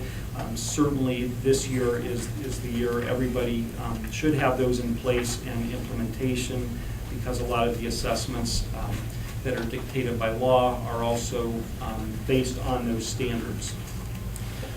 During the on-site visit, all buildings have initiatives in place to assist staffs in determining the best way to impact student learning based on students' abilities or their needs. And again, that was noted, I believe, because a number of people interviewed had mentioned that there wasn't always that type of a focus in this district, or not to the extent that there is now. So again, when I say tipping point, some of these points might sound like, yeah, we know that, but it's because people kind of went out of their way to say this has changed in the last 18 months or so. So that's important to understand that. So there really is a focus on what are individual students' needs in this district. The Ohio improvement process that you heard Tom mention in his presentation, it's a 5-step kind of continuous improvement process. That is being implemented more and more and kind of more thoroughly throughout the district as well. In the areas of assessment, there's comprehensive assessment system that's in place by the schools, by teachers, to collect and also then disseminate assessment data. Probably not where it could be or maybe should be quite yet, but again, that's after probably a year to a year and a half of real focused attention on that. They noted that the Northwest Evaluation Association's map, the measures of academic progress, is something that the district uses as well. And one other note, and again, I note this because it might be second nature at this point here, but you don't see it as you go out and visit schools, and that is, this is all schools had data walls, they had data rooms, they had online reporting to chart and to review their data.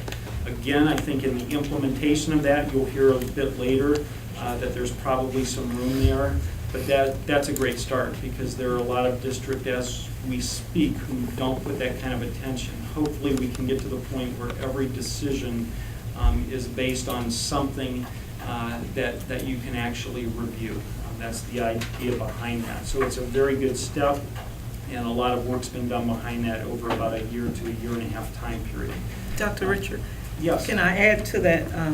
It was extremely impressive to see that because that was truly consistent throughout every building, that they had the data walls and the data rooms, and we wanted to make sure to highlight that. So that, again, these are things that were kind of highlighted by the review team that you definitely want to follow up on, you want to build on these issues.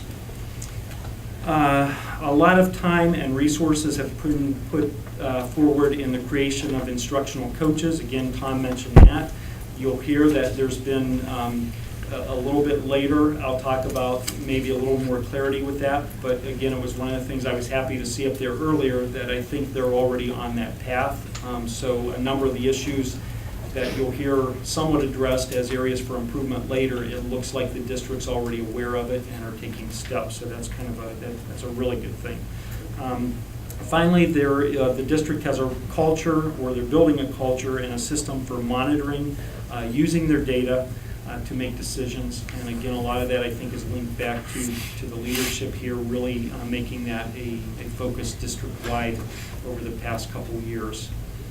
In terms of your HR and professional development throughout the district, staff supports the superintendent, the new direction of the district. Comments, one comment that I thought kind of just really summed this up was things are finally starting to come together. Again, that's important to understand the context when we get to the kind of what you would call the negative side of this report is we're at a point where I think a number of changes are starting to take hold, and it's a matter of now really kind of working those out with a fidelity that they should be implemented. And one other area in HR was, while we used to focus only on the reductions that were happening, we're now starting to focus on what is our stability in the district. Again, that was a good sign and something that kind of summed up a lot of different comments that the group heard. One other thing related to HR, there is definitely kind of a demonstrated urgency in developing a kind of a comprehensive plan, but also improving the capacity for hiring excellent staff. I think you heard about the window of opportunity that's probably going to occur over the next year. That was also noted in the report that you'll see if you read through it. So that really is a lot about the HR issues that we wanted to highlight. Student supports, one thing that I'll notice under student supports is a number of our reviewers mentioned the Silver and Strong's Thoughtful Classroom, the approach that goes into that, and how that has really brought some consistency into an approach instructionally in the classrooms and the types of questions and concerns being brought forward by staff. Also, in terms of student supports, one other highlight, just because this is typically on people's minds, the district does have an established practice with reviewing safety plans, and all the procedures that go into that. Not necessarily out of the ordinary, but it's something that looked to be pretty thorough as the review team conducted it, and we think that's always important in this day and age that parents know that is something that is being given a good bit of attention. Financial forecast, when we get into the fiscal area, provides, we believe, an understandable, a reasonable current financial plan that the board and the administration can use as a guide when making decisions that impact finances both now and in the future. If you look at the operations, there seems to be a very sufficient internal control and checks and balances. Obviously, that's going to help ensure the accuracy of the financial information that's presented both to the commission and to the board as you move forward. So those are some of the highlights. Again, there are several others in the report, but those were some of the themes that emerged from that 5-day review and the review of documentation. Again, I can't speak enough probably of one of the highlights of that report, or maybe two of them, of the bigger themes. One was the leadership and governance of this district. I think you're on the path to getting that very right. That doesn't happen in a lot of districts, so that's something to really build on. Secondly, the amount of time and effort that's gone into really starting down the path of putting your curriculum, your assessments, all of those things, Ohio's standards, all into play into a comprehensive plan. So those are two themes I think I would again say you're kind of like right there, and now let's build on that momentum. However, I do have to, in fairness, talk about areas for growth, but I do think it's important to have it in that context in this district. The district review reports prioritize identifying challenges and areas for growth, primarily, again, to think about that cycle of improvement continually. And one of the reasons that the review team, most of whom will be the people who were out here just last May, will be back in November or early December, will be to look at what the commission comes up with in terms of your academic recovery plan and how you tweak that. And they will be focused primarily on exactly what goes into the recovery plan and areas that they saw as kind of their emerging themes while they were here. So that will be a shorter version of what was conducted, but it will be very more focused and more specific to the academic recovery plan that the commission comes up with. And those dates will be November 5th, 6th, and 7th. So you've that established the review those. team. Okay, great. So one of the items that came out in the leadership and governance area was the concept of shared leadership as recommended by the Distress Commission's first plan is still not fully implemented.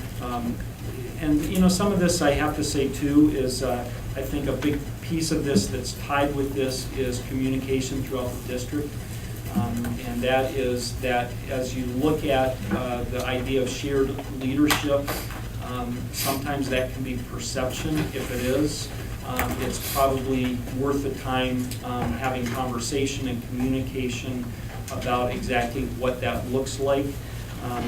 But the employment, the placement decisions, a number of staff felt were made at the central office level with limited input from principals, and there was some of them expressed difficulty in building their teams, bringing in the kind of teachers they need without having a bit more input into the process. So that's something to probably inquire about as we move forward on this particular one. Also, and again, I don't know how the negotiated contract reads exactly, but it was brought up enough times that the review team made note of it, that there's this unassigned pool of teachers. I can't speak to it because I'm not in the district, but it was enough that came up from at least a few administrators that is sometimes counterproductive to effective team building. So it's probably one area to address and maybe address it at some point in future negotiations if that's helpful. Also, and again, this kind of relates back to this, some principals and teachers discussed that sometimes there's a communication disconnect between what happens in central office and the schools.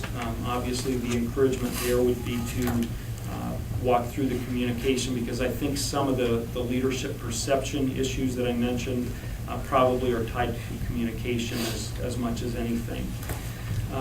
Lorain schools are faced with the challenge of recruiting, of hiring, retaining excellent teachers to a district with the reputation that if you're from the outside, you might view it as negative.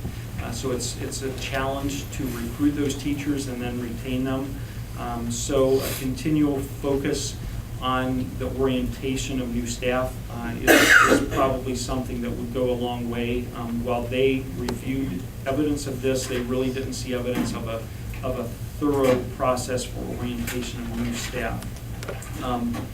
when you get Dr. it. Richard, could I make a comment and ask a question?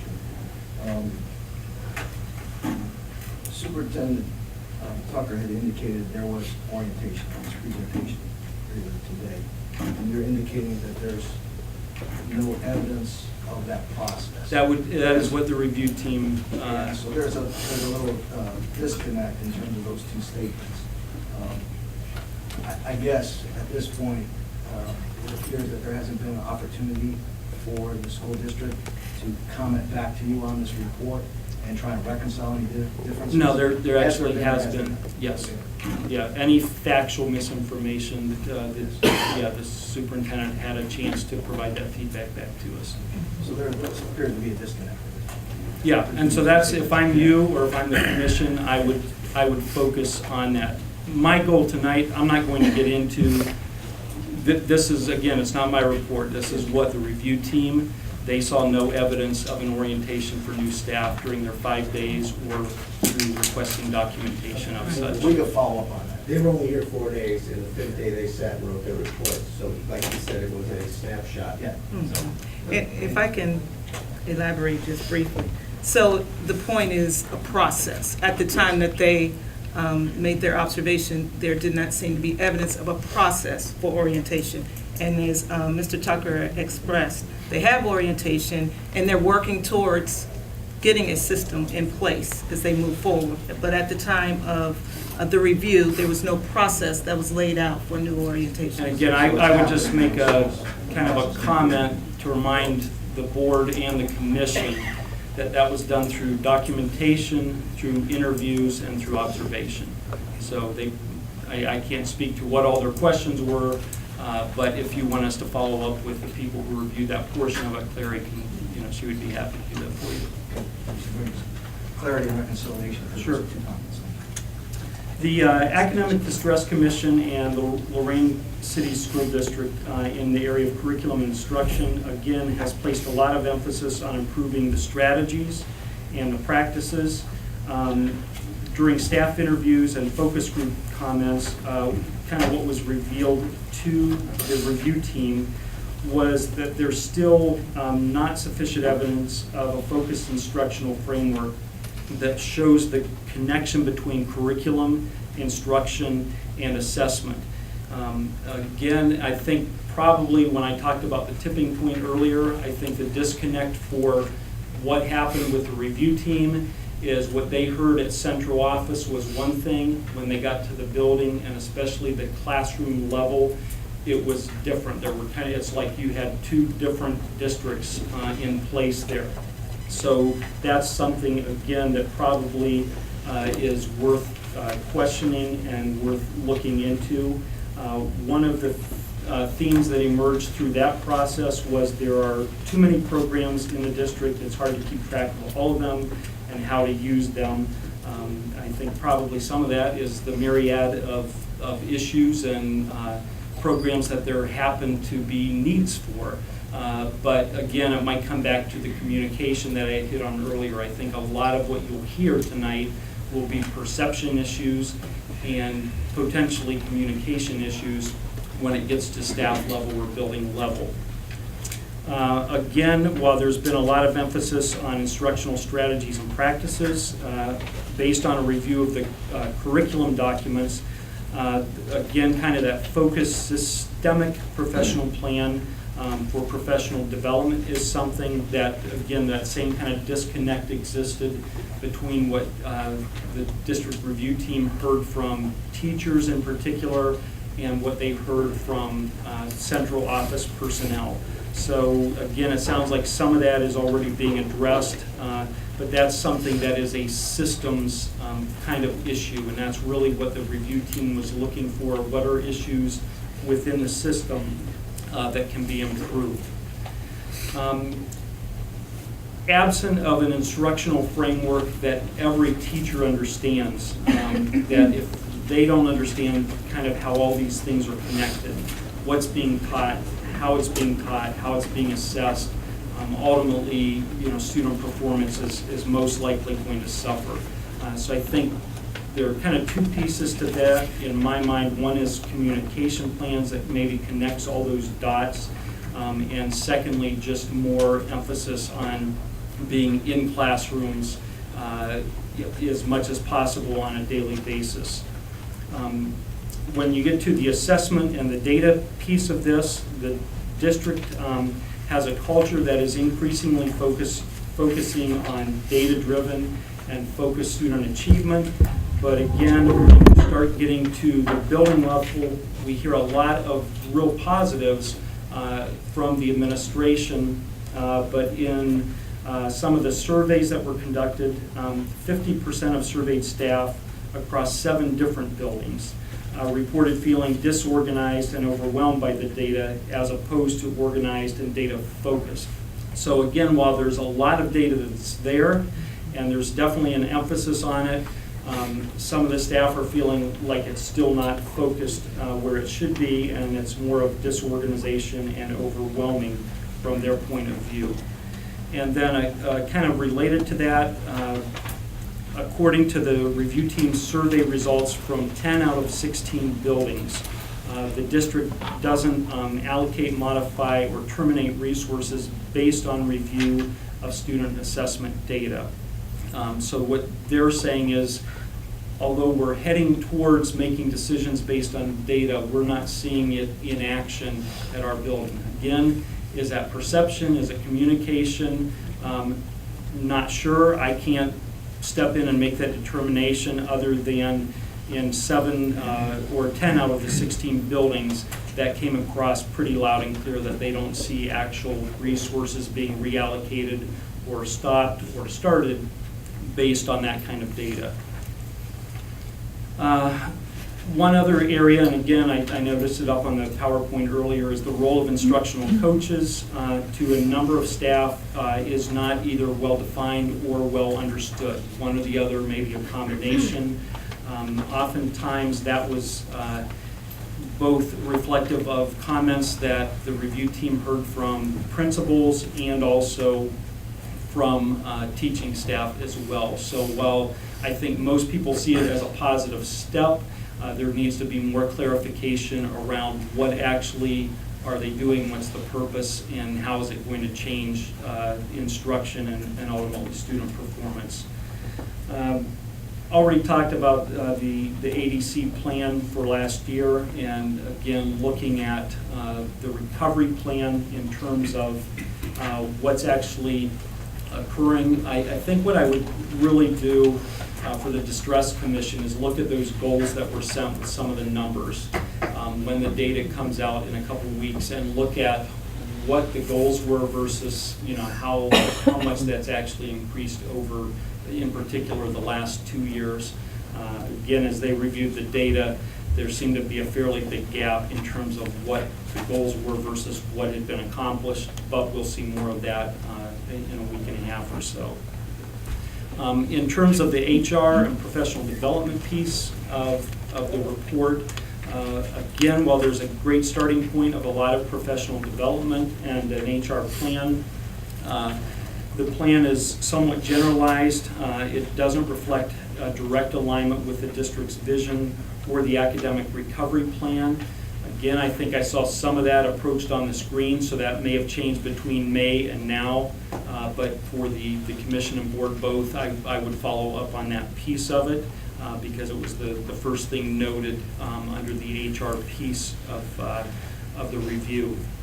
And while that was restructured over the past 2 years, there was limited evidence of a structured system of operations that included formalized policies, procedures, protocols, or practices when it came to the operations and the approaches to recruiting, hiring, or selecting staff. Might be there, but it's definitely not, or it hasn't been as of May, wasn't really in any kind of format that was evident. So that's something, especially knowing the window that's in front of the district, to make sure that is all in place very thoroughly. And the other feedback that they received a lot on is on the professional development. Again, while there's a focus on PD throughout the district, The comprehensive, I think, strategic professional development plan doesn't provide a lot of clarity, or at least it wasn't evident when the team came in May, towards the district needs as outlined in, I think, as priorities 2 and 3 of the academic recovery plan. So, you know, the 5 of you know what that's referring to, and you probably will want to follow up on that since they reviewed it in light of the academic recovery plan. In terms of student supports, relatively minor in terms of opportunities, but just a bit more of a focused plan in terms of communication with stakeholders. A number of parents shared frustrations with lack of return calls when concerns that came out through some of the parent interviews. And again, you have to understand those are perceptions, and it's somebody's experience, but that also became a bit of something that was expressed more than once. Dr. Richard? Yes. Then as it's making reference to the summer program, we'll add that that was last summer because we did our review in May. So we understand a lot was done this summer that really addresses some of the concerns we had here. Okay. Student behavior seems to still be a concern of staff, of parents, I think of administration. I think the Student Voices Survey is something that also brought that out, what things got in the way of their learning, and students themselves responded saying rude students are the worst, ignorant students, laziness, obnoxious, so forth. And so that's important to follow up on that, I think, through the year, just in terms of what that will do.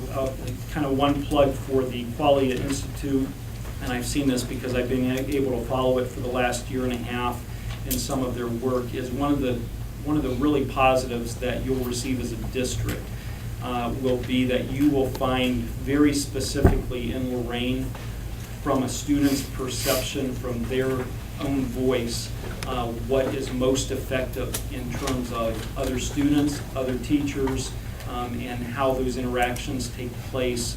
It's pretty powerful. It's something that I would definitely really pinpoint Dr. Corso on when he comes in and their staff when they work with the district. That's something that probably can get at a lot of the student issues here. The only thing in fiscal is really not much of a negative, but just there wasn't district goals and objectives specifically listed on the budget and the budget details and so forth. And that turned into a recommendation later. I probably won't highlight it as a recommendation, but just from the standpoint of always having the focus of here's the district kind of mission, vision, goals, driving every decision fiscally is a good practice. So with all of that, in terms of the findings, both positive and negative or areas for improvement, here are some of the highlights of what came out of the review. First of all, continue establishing the distributive leadership structures at the district, both building and teacher levels that foster collaboration, trust, and communication, and also use the OIP process as part of that. Again, I think it's important to emphasize that it's not something that is going to be built from the ground up. That's already been built over 2 years, so it's really probably best worded that is a continuation of the foundation that's been laid over the past couple of years. Again, developing or further developing an effective plan for recruiting, hiring, and training effective new teachers, retaining current staff. I think just about anybody who's been in district or building leadership roles or any leadership role understand the importance of people. Lorain is definitely at a juncture where you're probably going to have an opportunity to hire quite a bit of new staff members, and I think the point there that the review team was making is it's really just that, it's an opportunity to so follow through with the plan and be as thorough as you can, because it's going to probably make more impact than anything else that both the commission and the board does in terms of overseeing what happens to the hiring process here, especially those numbers that Tom talked about hold up in terms of the number of replacements that will probably need to happen.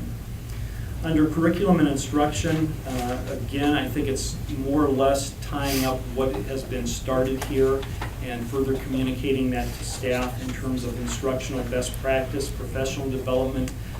Probably the biggest thing that can be said is that this was maybe the most evident area of kind of what seems to have been started and developed, yet there's still a good bit of disconnect when it gets to the classroom level. A very specific recommendation, and I will say that this comes directly from the Department of Education, is the hiring of a couple academic monitors to do nothing but go into classrooms and look at instructional practice as it's occurring throughout the district. To be clear, that is not to evaluate staff, okay? It is strictly to focus on instruction and how that instruction is related to the standards and to the curriculum as it's stated. The belief there is that with people that are outside, that are not involved in kind of the day-to-day, I think it's one of the frustrations I've certainly heard the commission make. I think it was a frustration as a superintendent when I was in that seat, that we just couldn't be in classrooms every single day the way we'd like to be. And with that really being the core issue in terms of how do you have a distress commission that exits is what's occurring where the rubber meets the road. That is a very strong recommendation specifically from the Department of Education. Again, I think the other things in curriculum and instruction are things that are already started, probably to strengthen the communication around the instructional coaches. Again, to be clear, I think everybody viewed the instructional coaches as a very positive. It's now getting kind of that next piece of making sure everybody is very clear on why they exist and what their purpose happens to be. Same thing in the area of assessment, just tying the assessment to the curriculum, to the instructional strategies and what the assessment's there for. I think especially given the amount of assessments that are done in the state of Ohio right now, the more clarity we can bring to staff along the lines of how that should inform instruction would be helpful. And it was clear through some of the comments that all staff don't understand the tie back. There was maybe this view of that's like a separate thing rather than as part of the whole instructional cycle. And kind of related to that is just opportunities for collaboration with staff around data-driven decision-making. You heard that Tom mentioned it himself, that the TBT, that whole OIP process needs to continue to grow, and that's really what that's related to. Talked about the HR plan that's directly aligned to the district's plan, the mission, the vision, and also ensuring the implementation of instructional best practices with the staff that is employed, as well as the professional development that's provided to that staff. And a couple last things that I'll mention. One is in student support. It seems to be probably develop is not the right word, but further develop and refine the communication plan with all stakeholders. Again, I think there's been a good bit of attention to that, but in terms of some of the complaints and so forth, maybe just somehow tracking it a bit more and follow through seems to be the issues that came up, not unlike a lot of districts. So those are the areas that I highlight primarily through the team. Clary, is there anything you wanted to add? You were actually the one on site here most of that week with the team. Just primarily how I want to compliment the district for being so forthright with sharing information. For the most part, it was rather an imposing week, and we appreciated not only the leadership but the staff and in each building how they were so willing to give and share. And we'll note that the reports will be given out at the end of the meeting, and it will also be submitted to the district to put on the website that will be accessed. So.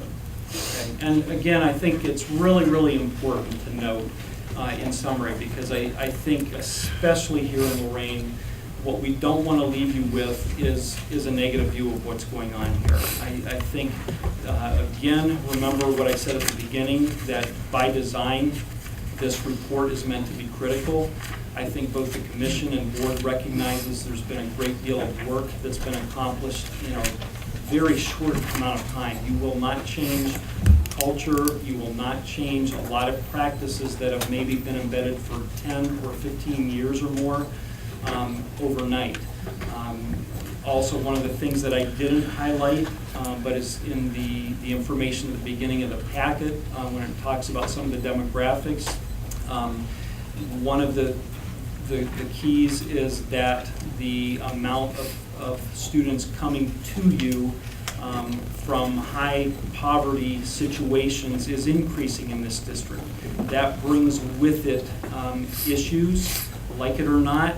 That's your more and more the clientele in terms of students here.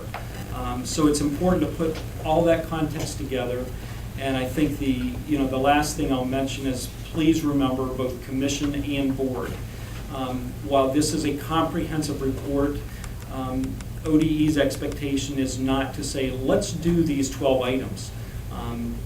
Let's really try to focus on the 2 to 4 that probably make the most sense. Certainly from our standpoint, the academic piece has to be kind of first and foremost. I think the leadership and governance in the district is more a highlight than anything else right now, probably with some improved communication. You're at a point where you want to be. So please don't take it out of the context in which it's all set.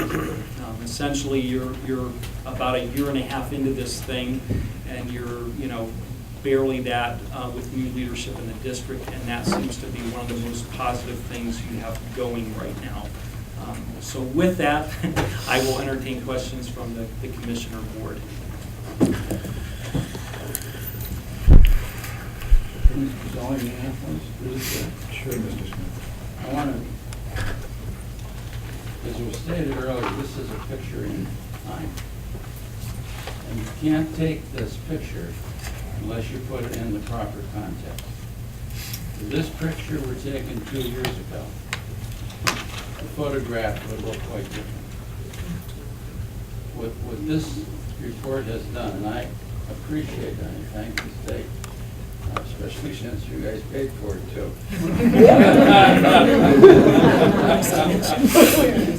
What it points out different terms for me, and I have been involved in this district for 30 years as a volunteer, as a parent. There's the progress that we have made in the last 2 years under Tom. No organization can function. In my opinion, the 3 most important characteristics of successful organizations are people who have trust in their leadership, confidence in their leadership, and that leadership is in this case, reinstating the great pride that was once associated with this building. And it nothing, as somebody said earlier, and it was you, John. I learned a lesson when I was about 19 years old, when the radiator on my 1957 Chevy froze out because it didn't have enough antifreeze. And I took it into a Ohio gas station, which some of you may not remember. And a very wise guy answered a question. I said, Mr. Smedley, how long will it take for my radiator to thaw? And he very wisely said, just as long as it took to freeze. So we are thawing, Tom. And the results of 2 years, if you'd have done this study a year ago, or 2 years ago, people wouldn't have even opened up to you. People in the buildings would not have felt comfortable.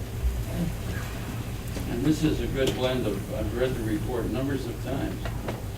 There's as many positive statements in this report from our team as there are opportunities to change things. So, again, thank you. I think it's a very positive report. And I don't care if it's because of the board, the commission, the state, whoever, if our kids are getting more, then we need to keep up the good work. Thank you. Mr. Chair, to echo Mr. Smith's comments, if you take the report that was done by ODE a year ago, just to give us a baseline data, and to see how obviously much more comprehensive the information is, it's remarkable to see that those areas that you mentioned, Mr. Smith, were opening. It also shows that the finessing needs to occur. And I think we all have the elements out there, and there's just so much in one year that you could bite off. But at the same time, as we move forward, it will enable us, with the use of the data and all, to make that. Personally, I'm pretty excited about the progress in the report. The question I kind of have, Dr. Richard, as Clary as well, is kind of a timeliness issue. The concern is, going forward, is it always going to be a 3-month delay between getting, I know it takes time to get the folks right report, but if it's May and it's September 1, and we're just now seeing, I see the frustration of the board as well as the commission in trying to put together, to update a plan when we're getting information in September. And if I guess we're doing one in November, that says we're not going to get results again in March. No. Well, again, I'm not sure at that time, so again, that's one of, I think for a commission, I know, we were looking at throughout the summer, updating the plan and looking at some of these issues, and it's difficult both with regard to this information, which is helpful, but unfortunately, as we've seen, the academic data is not even going to be, I think you said best case scenario is the 12th, which is not firm. Well, it's problematic for us, and I can, again, I recognize that some of the frustration as I read the report. I'm sure Mr. Tucker and his staff, they're wondering what's going on. The staff, because at some point they realize there's going to be some changes. So that's just, I'm not sure how that time frame is going to work, but if that can get tightened up, if that means additional resources, but it's a real challenge. It's going to be 3 months every time for us to respond. Yeah, and that's a very fair concern. It's a concern of ours as well. It's already been addressed by hiring additional contractors on our part. And I guess in fairness, the other side of it is officially, this was our first and second time with this type of a comprehensive report. Our goal was to have it done in early August. So we're about a month behind what we would have liked to have been, but you will see our turnaround. I cannot speak for data in the state because that's typically issues that is statewide data. It's not our issue, but with this process, you will see that turnaround faster. So yeah, that's a very fair question and concern. And if I can address, in November, it's an abbreviated, will be an abbreviated site visit, whereas we did 5 days totally. For the first time, this one will only be 3 days. And as you said, the turnaround will be as comprehensive next time? It will focus on more, as Dr. Richard expressed, it will focus on the recommendations we gave and things cited, whereas before, we had to look at everything and come to emerging things. Now we have things we're able to focus on and try to monitor the progress of those. That, and it will also focus on your recovery plan. Right, your recovery plan. As well, how do you tweak that? Yes. So potentially, the more focused our recovery plan can be, the more focused your review can be. Yeah, this mid-year will look fairly different than the comprehensive one. The one in the spring by design is really to go in and kind of, as new objective faces come in and say, what's happening here? The one in November is going to be very much driven by the recovery plan and really kind of digging into some survey data, some data questioning people randomly and saying what's happening in these areas. Again, in the context of the whole, the whole realm. That's always important as context, but it will be much more specific and focused. I'm looking through all this and I'm listening to your report, and I see the main thing here is communication. And you talk about communication disconnect. What would have helped me maybe a little bit is because, you know, we have a lot of things that happen after that or whatever. But if there's a disconnect, is it in all the buildings? Is it in the whole area? Or is it just one group or one building or whatever? Because if we have, let's say, 5 of our buildings that get everything and it's communicated to the teachers and to the staff and everybody else, then where is that bottleneck? Where is that? And let me address, because I think you asked 2 questions. Yeah. Like how much was it, and then kind of what can we do with that? Sure. One, we can definitely go back and get more specific data if you would like it. What I will say to the report, though, and I kind of mentioned this on the front end. Yeah. Things did not occur in here if they were kind of an outlier. Right. These were themes that emerged oftentimes through 3 or 4 of the areas that we were looking at. So the Well, communication. yeah, and that's what I'm saying. Okay, you know, it's a focus that we have to deal with. But if I have like 5 buildings that get everything, why are they getting everything?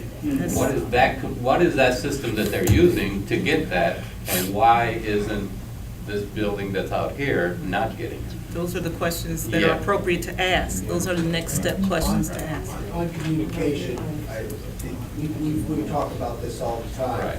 But what's interesting is if you remember, I had 32 items, of which 28 were state mandated programs. And then I had a whole lot of things that we had to put into place. A lot of it is communication overload. And then you heard that was one of the problems, is data overload. They may be getting it, but it's so much that they're only filtering, it's only important to you when you get it. Our challenge is gonna be how to get that filtered to the right Yeah. piece. And I'm sure at college you have the same problem. Oh, heck yeah. They never told us anything, so Sure. that is a challenge on an organization. If I that see something from has her department like, employees. ugh, I don't care about that. Somehow they get it. The one thing I would add is, Mr. Ramos, is that as you work over these next several weeks on tweaking the recovery plan, if you have some more specifics and you want to get at the data side of this, and I love this line, call clarity. So- 614. I'm not calling, I'm asking you right now. She We'll will need to follow zero up data with for the this. contractors who did that, if you want some more specifics on that. And this is a part of what I think we will hope to see from ODE, that in our ensuing weeks and months, getting the recovery plan together, that we're looking at the data that was used in trying to figure out how to make the recovery plan help us fulfill the goals we actually want. So that's a part of the Q&A that will go on so that we can get to our desired end. I think that, you know, one of the great challenges is that you have so many things that are coming down from the state, and then you have so many things that the district is trying to do, and then you've got things that maybe the Academic Distress Commission is trying to do. And as a teacher or a principal, if all of those things aren't grouped together, aligned, it just looks like a bunch of stuff. And all of us glaze over when you get too much stuff. And so I think that the challenge is, out of all these different programs and all these different mandates and everything else, how do they funnel down into, this is the goal, and these are the things that are gonna help get us to the goal? Absolutely. Because, you know, a lot of the things that were described go to the 3rd grade reading year. That's a goal. And so there's all kinds of other things that are gonna take us there. And so one of our challenges in writing the plan was to try and focus it. And you know, it's a huge challenge for the superintendent or the administration to focus this stuff. Because as a teacher, you know, I'm looking at 20, 30, 40 kids every day, and now I've got all these other things coming at me. So I think it's just part of our work to try and focus that in. Dr. B. I wanted to add on that Okay, point. thank you. I think one of the things that, you know, based on what you just said and based on the experience of teachers, and staff and principals and superintendents is we may need to be very smart with the kind of assessments we make. The question here will be, how can you combine your assessments to get the data that you need without being repetitious with other assessments or just doing assessment for doing assessment? And that comes to the focus point. So it might be a way of us to get that focus is to really, let's look at the assessments out there. Let's just put them on a board and let's see what assessment does what and where is repetition and where can they be combined. And yeah, that will be work, but at the end of the day, it will alleviate a lot of that overload of information, overload of training on how do I get in, overload passwords, etc. We've actually done Yeah, that work, and that's, to focus that down, exactly what you're saying. Because I do think that one of the challenges that we have is that last year, to try to do, we talked about benchmark assessments, we talked about quarterly assessments, and the district landed on NWEA to do some of it. And we've now concluded that it didn't work the way that it was intended.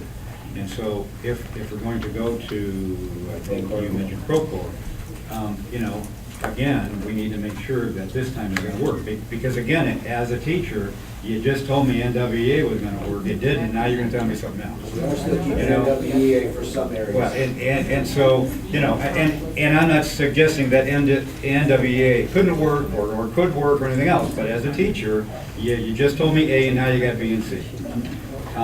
So, and I think also early on, we talked about having teachers develop, common assessments that would happen throughout the school year.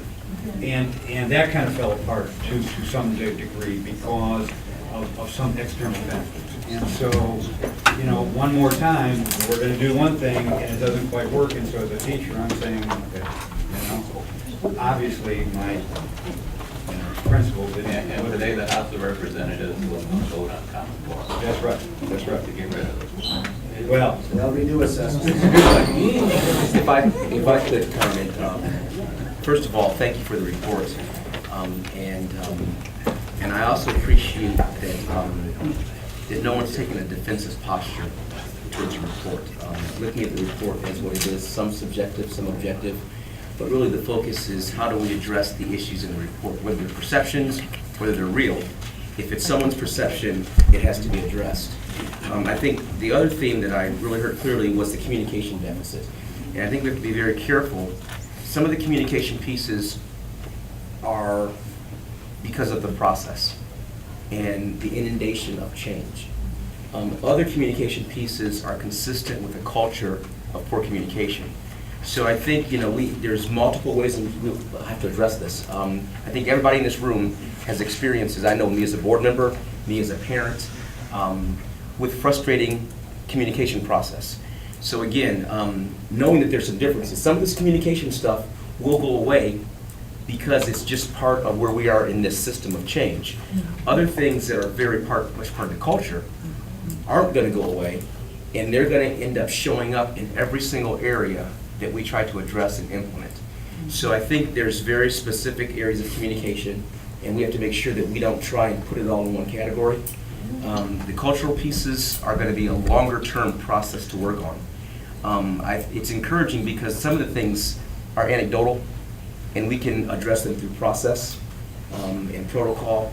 Other things are cultural, and they will take more time. But again, and also compliments to the staff for sitting through this.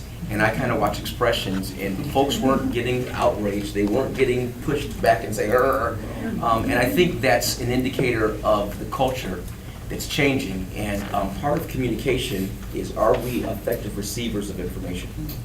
So what we're demonstrating is we can take the licks and we can put it into a perspective where we're trying to correct and fix things. So overall, this is a very positive place. I think we're at a tipping point, but I think we're falling over towards the right side that we want to be tipping towards. And again, any comments from other board members? We're kind of in your meeting, so coming into this, we were going to be more ears than mouths, And so, again, I appreciate my colleagues because we're listening and we're trying to hear. We have plenty of time to respond in words, and as we move forward, we'll also be defining more of a communication process with the commission and the board, where we'll be outlining what our protocols for communication are. I think we're at a juncture where more communication is needed. But again, we've been at a place where you all been able to do your work, we're doing our work. The work is complementary of each group. But I think now, as we look at this communication piece, we've got to exercise that leadership. And if we're effectively dealing with our communication, we'll expect that the administrative is effective in dealing with theirs and the buildings, et cetera. So I think it's real positive. So please, gentlemen, give positive comment to this process, and I think that'll assist us in closing. I got one thing to say. You know, as a teacher, they always say they like to see it when the light comes on. Okay, I got to see that today over here.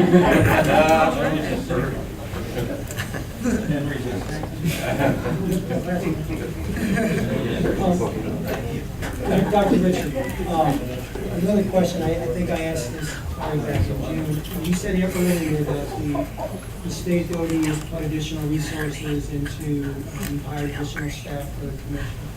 And I kind of asked back in June about, additional, again, since we are in academic distress, what other things, additional resources? Again, we're very appreciative of that. We're very appreciative of some of these resources, but such as getting information sooner. And I know that's, again, I'm going to implore you again, we cannot do our work, the plan by law.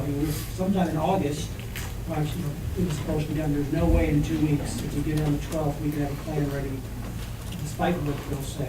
It's not going to happen. It's not going to happen. So, but again, I don't know what happens in law. If you can just tell State Superintendent, we are in emergency for a region. Again, hopefully we tend to get out of this. So that needs to happen. Number two, there needs to be a way to provide additional resources to districts like ours. There's not general fund dollars, you know this. You made some excellent recommendations. There's things we want to do. We are, in addition to being distressed academically, as you pointed out, we are distressed financially. And because of the clientele we serve, those clientele may have additional reasons. IEPs are expensive things. So again, I would encourage you, I know that's a General Assembly issue, but we think that during the period of time we're in distress, additional resources, some like financial resources need to come in, because there's great things, but when I was thinking, Raul made a comment about putting in place these monitors, where are those dollars going to come from? When we just presented earlier on, we don't have, things like the arts, the other mine who is very artistic, and, she's excited now that, one day we get someone who's going to teach her art or music. For somebody who was a poor kid in Lorain, I played trombone and cello. So those kids, they don't have those opportunities. So again, I implore you, whatever you can do to take it back to them, for those of us, and there's, as you said, we have three in the state, I guess. We're Youngstown, Lorain, and then Cleveland has something else going on. If there's just three of us, we need additional resources, because it's not, as much as I think we're going to try to do is avoid using general fund dollars that should be going to our kids to get this ship righted. So whatever you can do to try to just keep on, that needs to happen. And I'm not going to enter into a comment or a debate or anything else, but what I will say is there is a reason I'm here. I'm kind of a direct voice back to our state superintendent, and one of the things you did point out was most of what you mentioned is legislative. So we've actually been done our best to be able to allocate dollars where we've been permitted by law to do that, but I will take all of that back. May I add a point? When you brought up the question back in June, it was a question of getting data sooner, and I know Dr. Zelli was able to communicate with ODE to get some information that normally would not be given to anybody else, but because he's worked with academic distress commissions, was able to access. But the question of being able to get data sooner, I think, is what you were asking for at first. And it seems though was over accountability, he knows that end of it. I am currently responsible responsible for the report card, and we are working diligently to get that out. I mean, this is not the only group that's interested in seeing those, and we're literally on a... How many school districts are there? There's quite a few, so it's... Well, and again, and going back to like your discussion was, I think of us as being kind of on an IEP. There's no getting wrong with the rest of the state. And when students have, we need additional resources. So if that could happen, that'd be wonderful. You know, one of the things that, since we're talking legislation and everything else, that might be considered is that there is preliminary data that is released to the district. It's not public information. And potentially, since this body is in some fashion associated with the district, if this body could gain access to data in a similar fashion, even though it's not binding, it may at least allow for some plans before we get all this. Because, I mean, as you know, I mean, all of us that have sat in the superintendent chair know that to some extent, you're making plans for the coming school year based on preliminary data because that's what you have. And so, you know, maybe there's a way for that to happen so that the commission could make further plans. I mean, the other piece of it, you know, it's a matter of how we turn around reports, and I'm sure that as everyone gets better at it, it's going to get quicker. You know, I mean, we all know that the first time we do something, it takes a heck of a lot longer than the second, third, or fourth time. So, you know, I think that piece can probably rectify itself just, you know, with ODE having done this more frequently. And to that point, we had to establish our stretch goals last year on 2011-12 That's right. data. Absolutely. And then the next year's data as anticipated by the superintendent. And so we just chose to go for a stretch. Really, you know, that could be demoralizing for someone at times. But again, this year we're going to have better data. Yeah. But I thank everyone for trying. Anybody else? Oh, yeah, I was going to do public comment. So I just want to thank Dr. Richard and his team for pulling this together and for being here tonight. We will utilize this as we develop our plan, and hopefully we will even create a better plan as a result of the work that you've done, and quite honestly also as a result of the work that Superintendent Tucker did, because I know that in some cases, at least all of us weren't aware of some of the things. And so we'll be able to incorporate that and dig into more detail on that. So we did say that we were going to do public comment before we get on to discussing how we're going to update the plan. So we can do public comment. Public comment is 3 minutes if anybody has any public comment.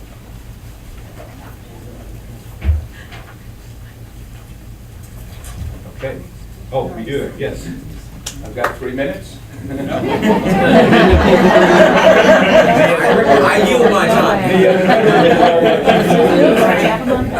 Clearly, I was debating whether I would stand up or speak or not. And, Mr. Williams, Dr. Richard, Mr. Tucker, the depressed board, hope you're not depressed. My perspective is that I get to work with hundreds of schools. You know, I've been doing this for over 40 years. I've worked with many schools that find themselves in very challenging positions. But I truly believe in the 2 years that I've been welcomed, and I say welcomed here in Lorain, because frankly, many consultants are not often welcome. They are often confronted with a certain amount of resistance, and you don't know what we face. But there is an attitude, and it's really changed in the time, an openness, and that's what's really exciting, an openness to learn, to do better, and to change things. And clearly it has a lot to do, obviously, with the leadership. But I also want to commend the principals that I've worked with, because I truly believe, and I know they've got to want it if you're really going to bring about meaningful change. And I have worked with them, and I see an excitement and an energy and a commitment to make things different, to make things better. There are also a number of teachers here, and teachers that I've worked with. I'm taken back with what they know and the things that they bring to the table. We just need to provide the resources and a common language and a framework to bring that together. So I truly believe, from my experience of working with many schools and many districts, you're on the right track and the train will arrive. Did I use my 3 minutes?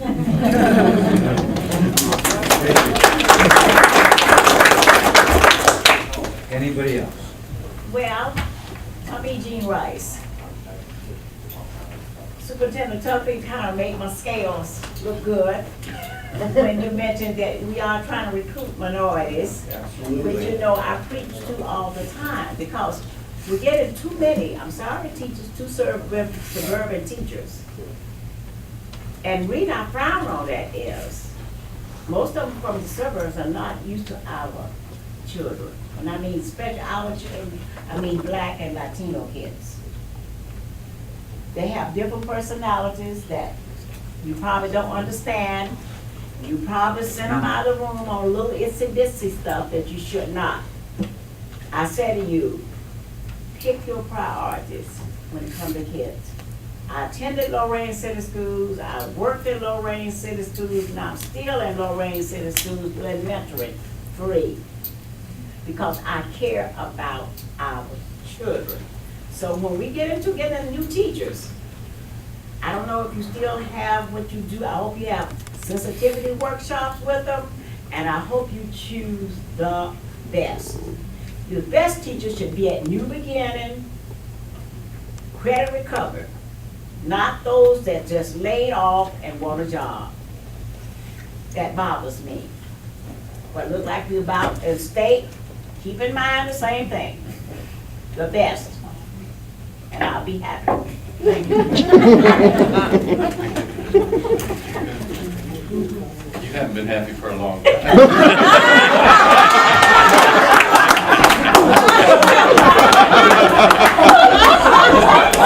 You know that song is out, that happy song, I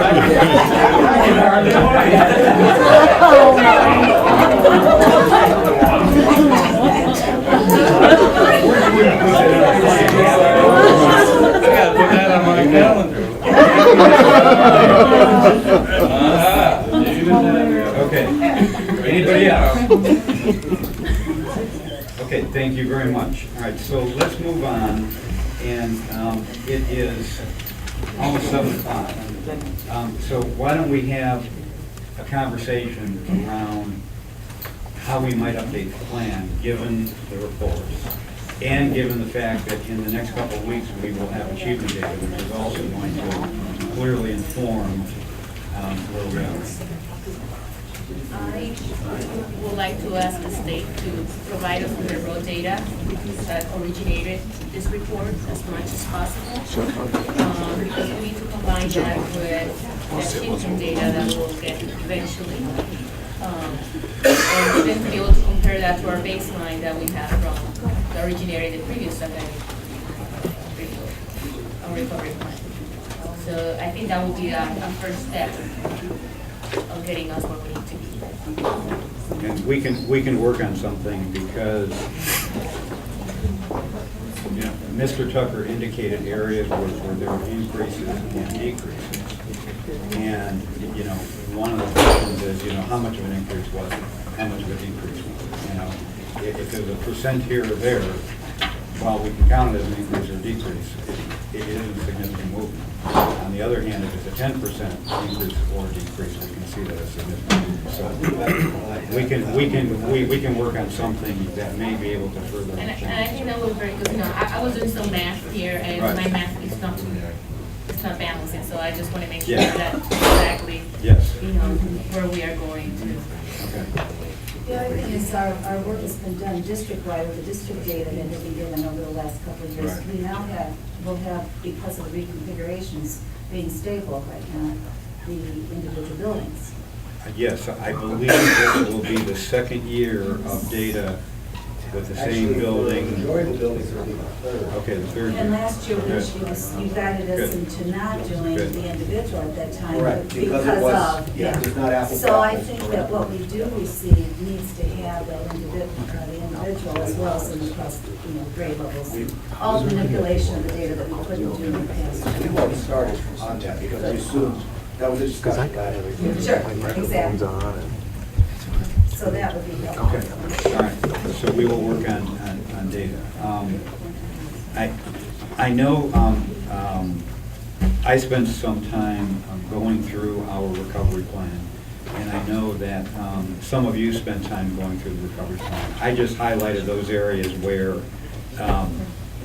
we had actually followed through and requested and received reports, and those areas where we didn't follow through and didn't request or receive reports. And I can send that to everyone, just so that we have some idea of what we've done. And then, does anyone else have anything that they want to share with regard to the plan or how they want to move forward? Well, Because I know Dr. Heine holds something to do. And I sent an email to Bill with this spreadsheet. Basically, what I put together was a spreadsheet with our goals, our priorities, our assessments, and basically where we build, what is our baseline, our progress to date. So that way, basically, we just fill this up and we can use them input into our progress report. And that way we have everything in perspective. If you have buildings and we have information for 3 years, we can compare that, boom, boom, boom. And in those areas that we really haven't made any progress because there was a lot to chew and it's just impossible, we knew that we were not going to touch everything. But at least we can see what hasn't been touched compared to the report from the state, which areas then, to focus on. So if anybody wants a copy, I'll pass them over. Thank you. One of the things that we need to take into consideration when we're looking at this, and I will point this out to ODE also, because I heard that ODE might be using the basis of our report for other reports. I made only 10 copies, so I didn't know how many we needed, but it's an electronic version of it as well, so. You guys want it? Okay. Yeah, okay. But when we broke our report into 5 areas that we were looking at, we then listed a number to work on hiring a diverse staff, or if they're going to work on helping current staff understand a diverse population of students. Those 2 goals could fall under 3rd grade reading guarantee, a number of areas. And so how do we bring that together so that they're working on one thing and don't feel like they're working on 3 or 4? Because we could end up creating the same thing that was said, that's been created within the district. And that redundancy, when we, after receiving the draft and then trying to reread, it became very evident that it was there. And in preparation for our next session, there are a series of plans, and I know that some plans are verbalized, some plans have bits and pieces, but we have, there was in our plan, a series of plans, everything from, they're all like between pages 8 and 10 or 12. Right. And about 7 or 8 of them. And if there is something that's in place right now that reflects, even if it's just an outline that you have for the HR department or for assessment or whatever you've chosen to put together, I think if we had something in our hands to understand what that was, that would help us then through that consolidation that you're talking about as well. Yeah, as we went through both reports, I was jotting down questions that I have over, how to what degree does this exist? What the number of kids that this impacted, the number of staff, or the percentage of staff that were involved, et cetera, because both reports listed a lot of wonderful things and a lot of challenges, and so how do we condense that down to something that's manageable? Well, and this prime example is that when you talk about student services, and even though you're looking at student achievement, the academic support plan that is requested where it talks about the wraparound services now, that's huge for these kids to be. And after seeing what you had today on the screen, there are a whole host of things that are there for that really impact it. So it's that intertwining that we need to be able to picture. I wanted to add that maybe a message to be put out there to the staff, everybody, is that one strategy will have a trickle effect in many, many areas. So it's not that you're doing one thing, the same thing, or, you're repeating under different priorities, whatnot. It just so happens that one strategy will impact different priorities and different goals. And yes, it might be repeated in the plan because you're reinforcing. It's like teaching. You have to reinforce the message to your students so they can get the concept. It's exactly the same thing. So some people might look at it as repetition or duplication, but it's actually the reinforcement of the strategy that will help you get to that major goal. Almost a spiral. That's right. So, okay, so moving forward, our next scheduled meeting is September 29th.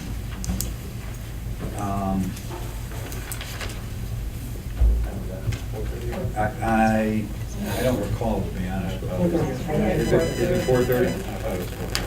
4:30. Do I? The reason I ask is Bassett coming to the next day, so I need to know. 8 a.m. Well, for what it's worth, Mr. Tucker, I'm going and I scheduled a room for that evening. Now, I'm not sure. Okay, that was my question. Now, I'm not sure whether I'm arriving at midnight or at, 10 at night or 7 at night, but anyway. No, I know, I understand. You're meeting the meeting, you can make it as long. I suppose I can, but again, the goal was to have this thing done by the end of September, beginning of October. So I understand. Okay. So one of my questions is, do we? I mean, okay. So we have this document, and we can start filling this out. We can get additional information from ODE and from the district. Do we schedule a couple meetings between now and then, even if all of us can't attend, so that we can work on this?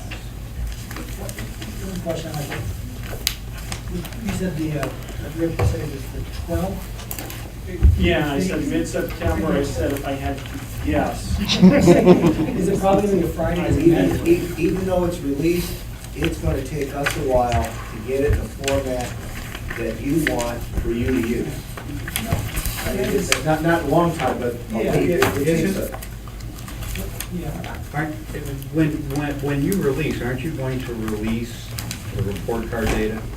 Yeah, there'll be a release of the interactive web application, but also download files. Okay. So when it's released, you'll have public access. So at least at that point, we'll know the passage level for third grade reading, third grade math, fourth grade, correct? When it's released, you'll have all the proficiencies, all the value added, all the AMOs, all the graduation, everything. Yes.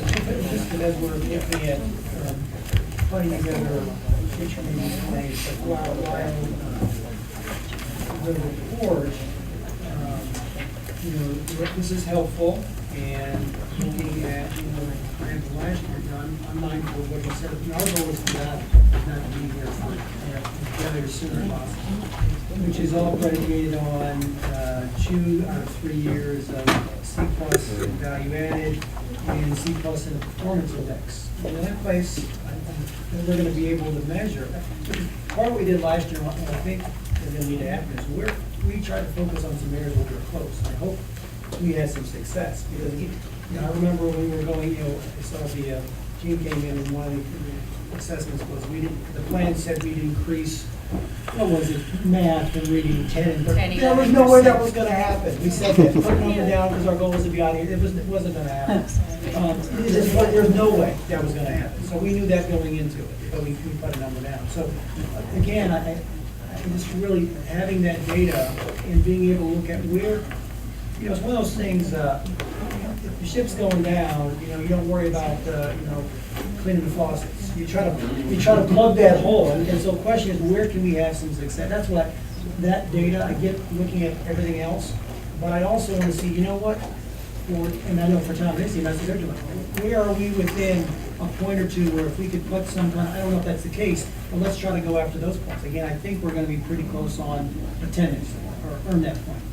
Maybe. We're there. Right there. They changed some things. The big thing that we're looking at now with the data is breaking that down individual subgroups with teachers and success rates and finding out individually where our instructional practices and gaps are, and that'll be helpful to you, but that takes, I mean, the report card's a general trend. This will be specific, because you're talking about buildings and long-term, and that's the data we're looking at. And where the effective strategies The appear effective, to be where are that you they can working? transport to other areas. And again, with us putting whatever together, I'm mindful, and Tom, I really appreciate what you put in. You look at 34 initiatives that have gone on since, state and local, plus what we've done. And again, I use that, but I use it all the time too. My plate is only so big. I firmly, we can't do everything, and as we keep on heaping things on, what you find is the overall quality gets reduced. And so that's all as we're looking at, however we put the plan together, yes, we can do some things, but to me, the real planning begins when we have that data. That's when we can really dig in. So however we go forward, but that's what I'm really And to concerned about. support that, and I remember the discussion last year, Dr. Richards with you, in terms of value added in the index. Those are the two things that allow the exit. So what is it against what you just said that apply to that will allow it out? Now, do those 2 years have to be consecutive years? They can be any time during the three, correct? So because we went back and we started way back, that is our baseline that we are measuring against, right? The 211, we did 211, 212 for our data. That was where we started. So is that our starting point? That's the reason we're here, is because of that data. But we still end up needing 2 out of 3, so the 2 out of 3 could be That year. 13, 14, well. But the next two would have to be Well, positive but- against that but- as our name. But we know that 11, 12 wasn't. Right. So, and we know that 12, 13 wasn't, because, and so the question is 13, 14, which is the one that we're gonna get, and then if 13, 14 is positive, then we need either 14, 15 or 15, 16 to be Right. positive. So we are waiting for. So ultimately, this is really the starting. Yeah, right. Thank you for that. And remember the state rate. Because Dr. Heine needs the lead. So, when can we get together? Before the 29th? Pretty much any Monday Any Monday? or Friday. Okay. Any Monday or Friday? Okay, so if we limit it to Monday and Friday, just for conversation's sake, what is the 8th, the 15th? We have board meetings, the 8th, the 22nd, and every other week thereafter at 6:30. Okay, so, well, and the board wouldn't necessarily be here, but I understand the administration. That's where you're going, okay? Yes, this room is. Oh, well, okay. I mean, we go somewhere else. But we could still meet. We could still meet somewhere else, absolutely. So, On Fridays, we can meet during the day. on Fridays, we can meet during the day. Is that true? Yeah, within, it's on my schedule. Well, I mean, every other day. Fridays, we can meet during the day. So, And we all don't have to be here. right.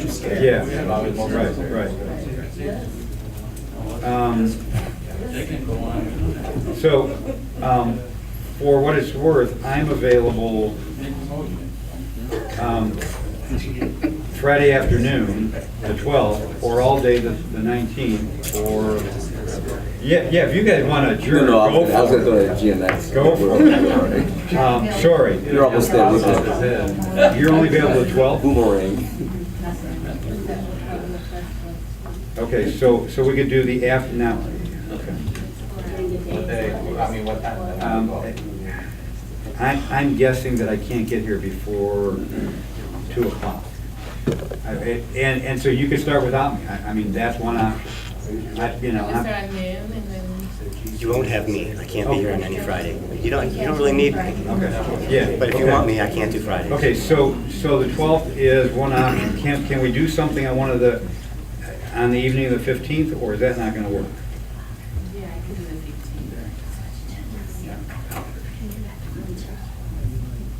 What time? You might be late. My daughter's about to come. Yeah. What? So, It's here, it's at 4:30. what? I'm open, I mean, 4:30, but I don't know what that does to him. I'm open all afternoon. 4 o'clock is better. 4 o'clock, do I hear 4 o'clock? Okay, so. The earlier the better. All right, okay, so, I've got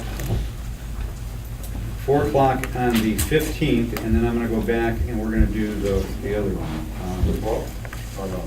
Well, I mean, if you guys are okay starting without me, if you're not, then 4 o'clock on the 15th. Okay.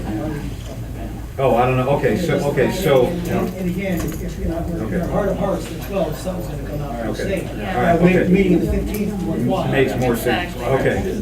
All right, so then, all right. So then Do you want to do the 19th as well? I mean, 15 and 19th? I can do the 19th, you Oh, can't do you the can. 19th. Okay. And we do the 22nd. What about the 20, you're not available then either, I can see available at 4 o'clock. on the 22nd? What about the 22nd? There's a big question mark for me that day. Hey, you just mentioned, you can't Yeah, put a I question mark on know that. that's the 19th, no, that's what I just So what wrote. day starting? I cannot do the 22nd. Oh, you cannot do the 22nd, okay, all right. I tried. Yeah,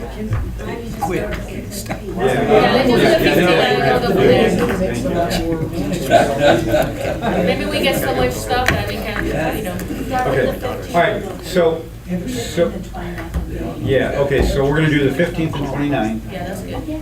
And as you work through this particular document, if you want to send it to me, I will try and collate the document. That's all you have there. Or I'll send it to Clary and she can collate the document. Can we also maybe thinking about scheduling one meeting in October? Sure. Schedules are so- All right, good idea.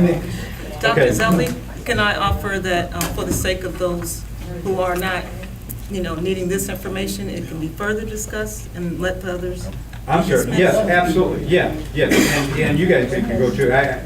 I know you're all driving to Columbus. So if you want to drive to Columbus, Maybe go. the president wants to dismiss you. Yes. So October, Monday again, do you like October 6th? Mr. Smith? Mr. Smith? You'll let them adjourn. Yes. Mr. Macchia? Mr. Fellis? Mr. Sturgill? Mr. Williams? Yes. 7:20 PM. Adjourned. This has been a production of Lorain City Schools TV 20 WLCS. To purchase a high-quality copy of the program you just viewed, please call Lorain City Schools Television at 282-8400.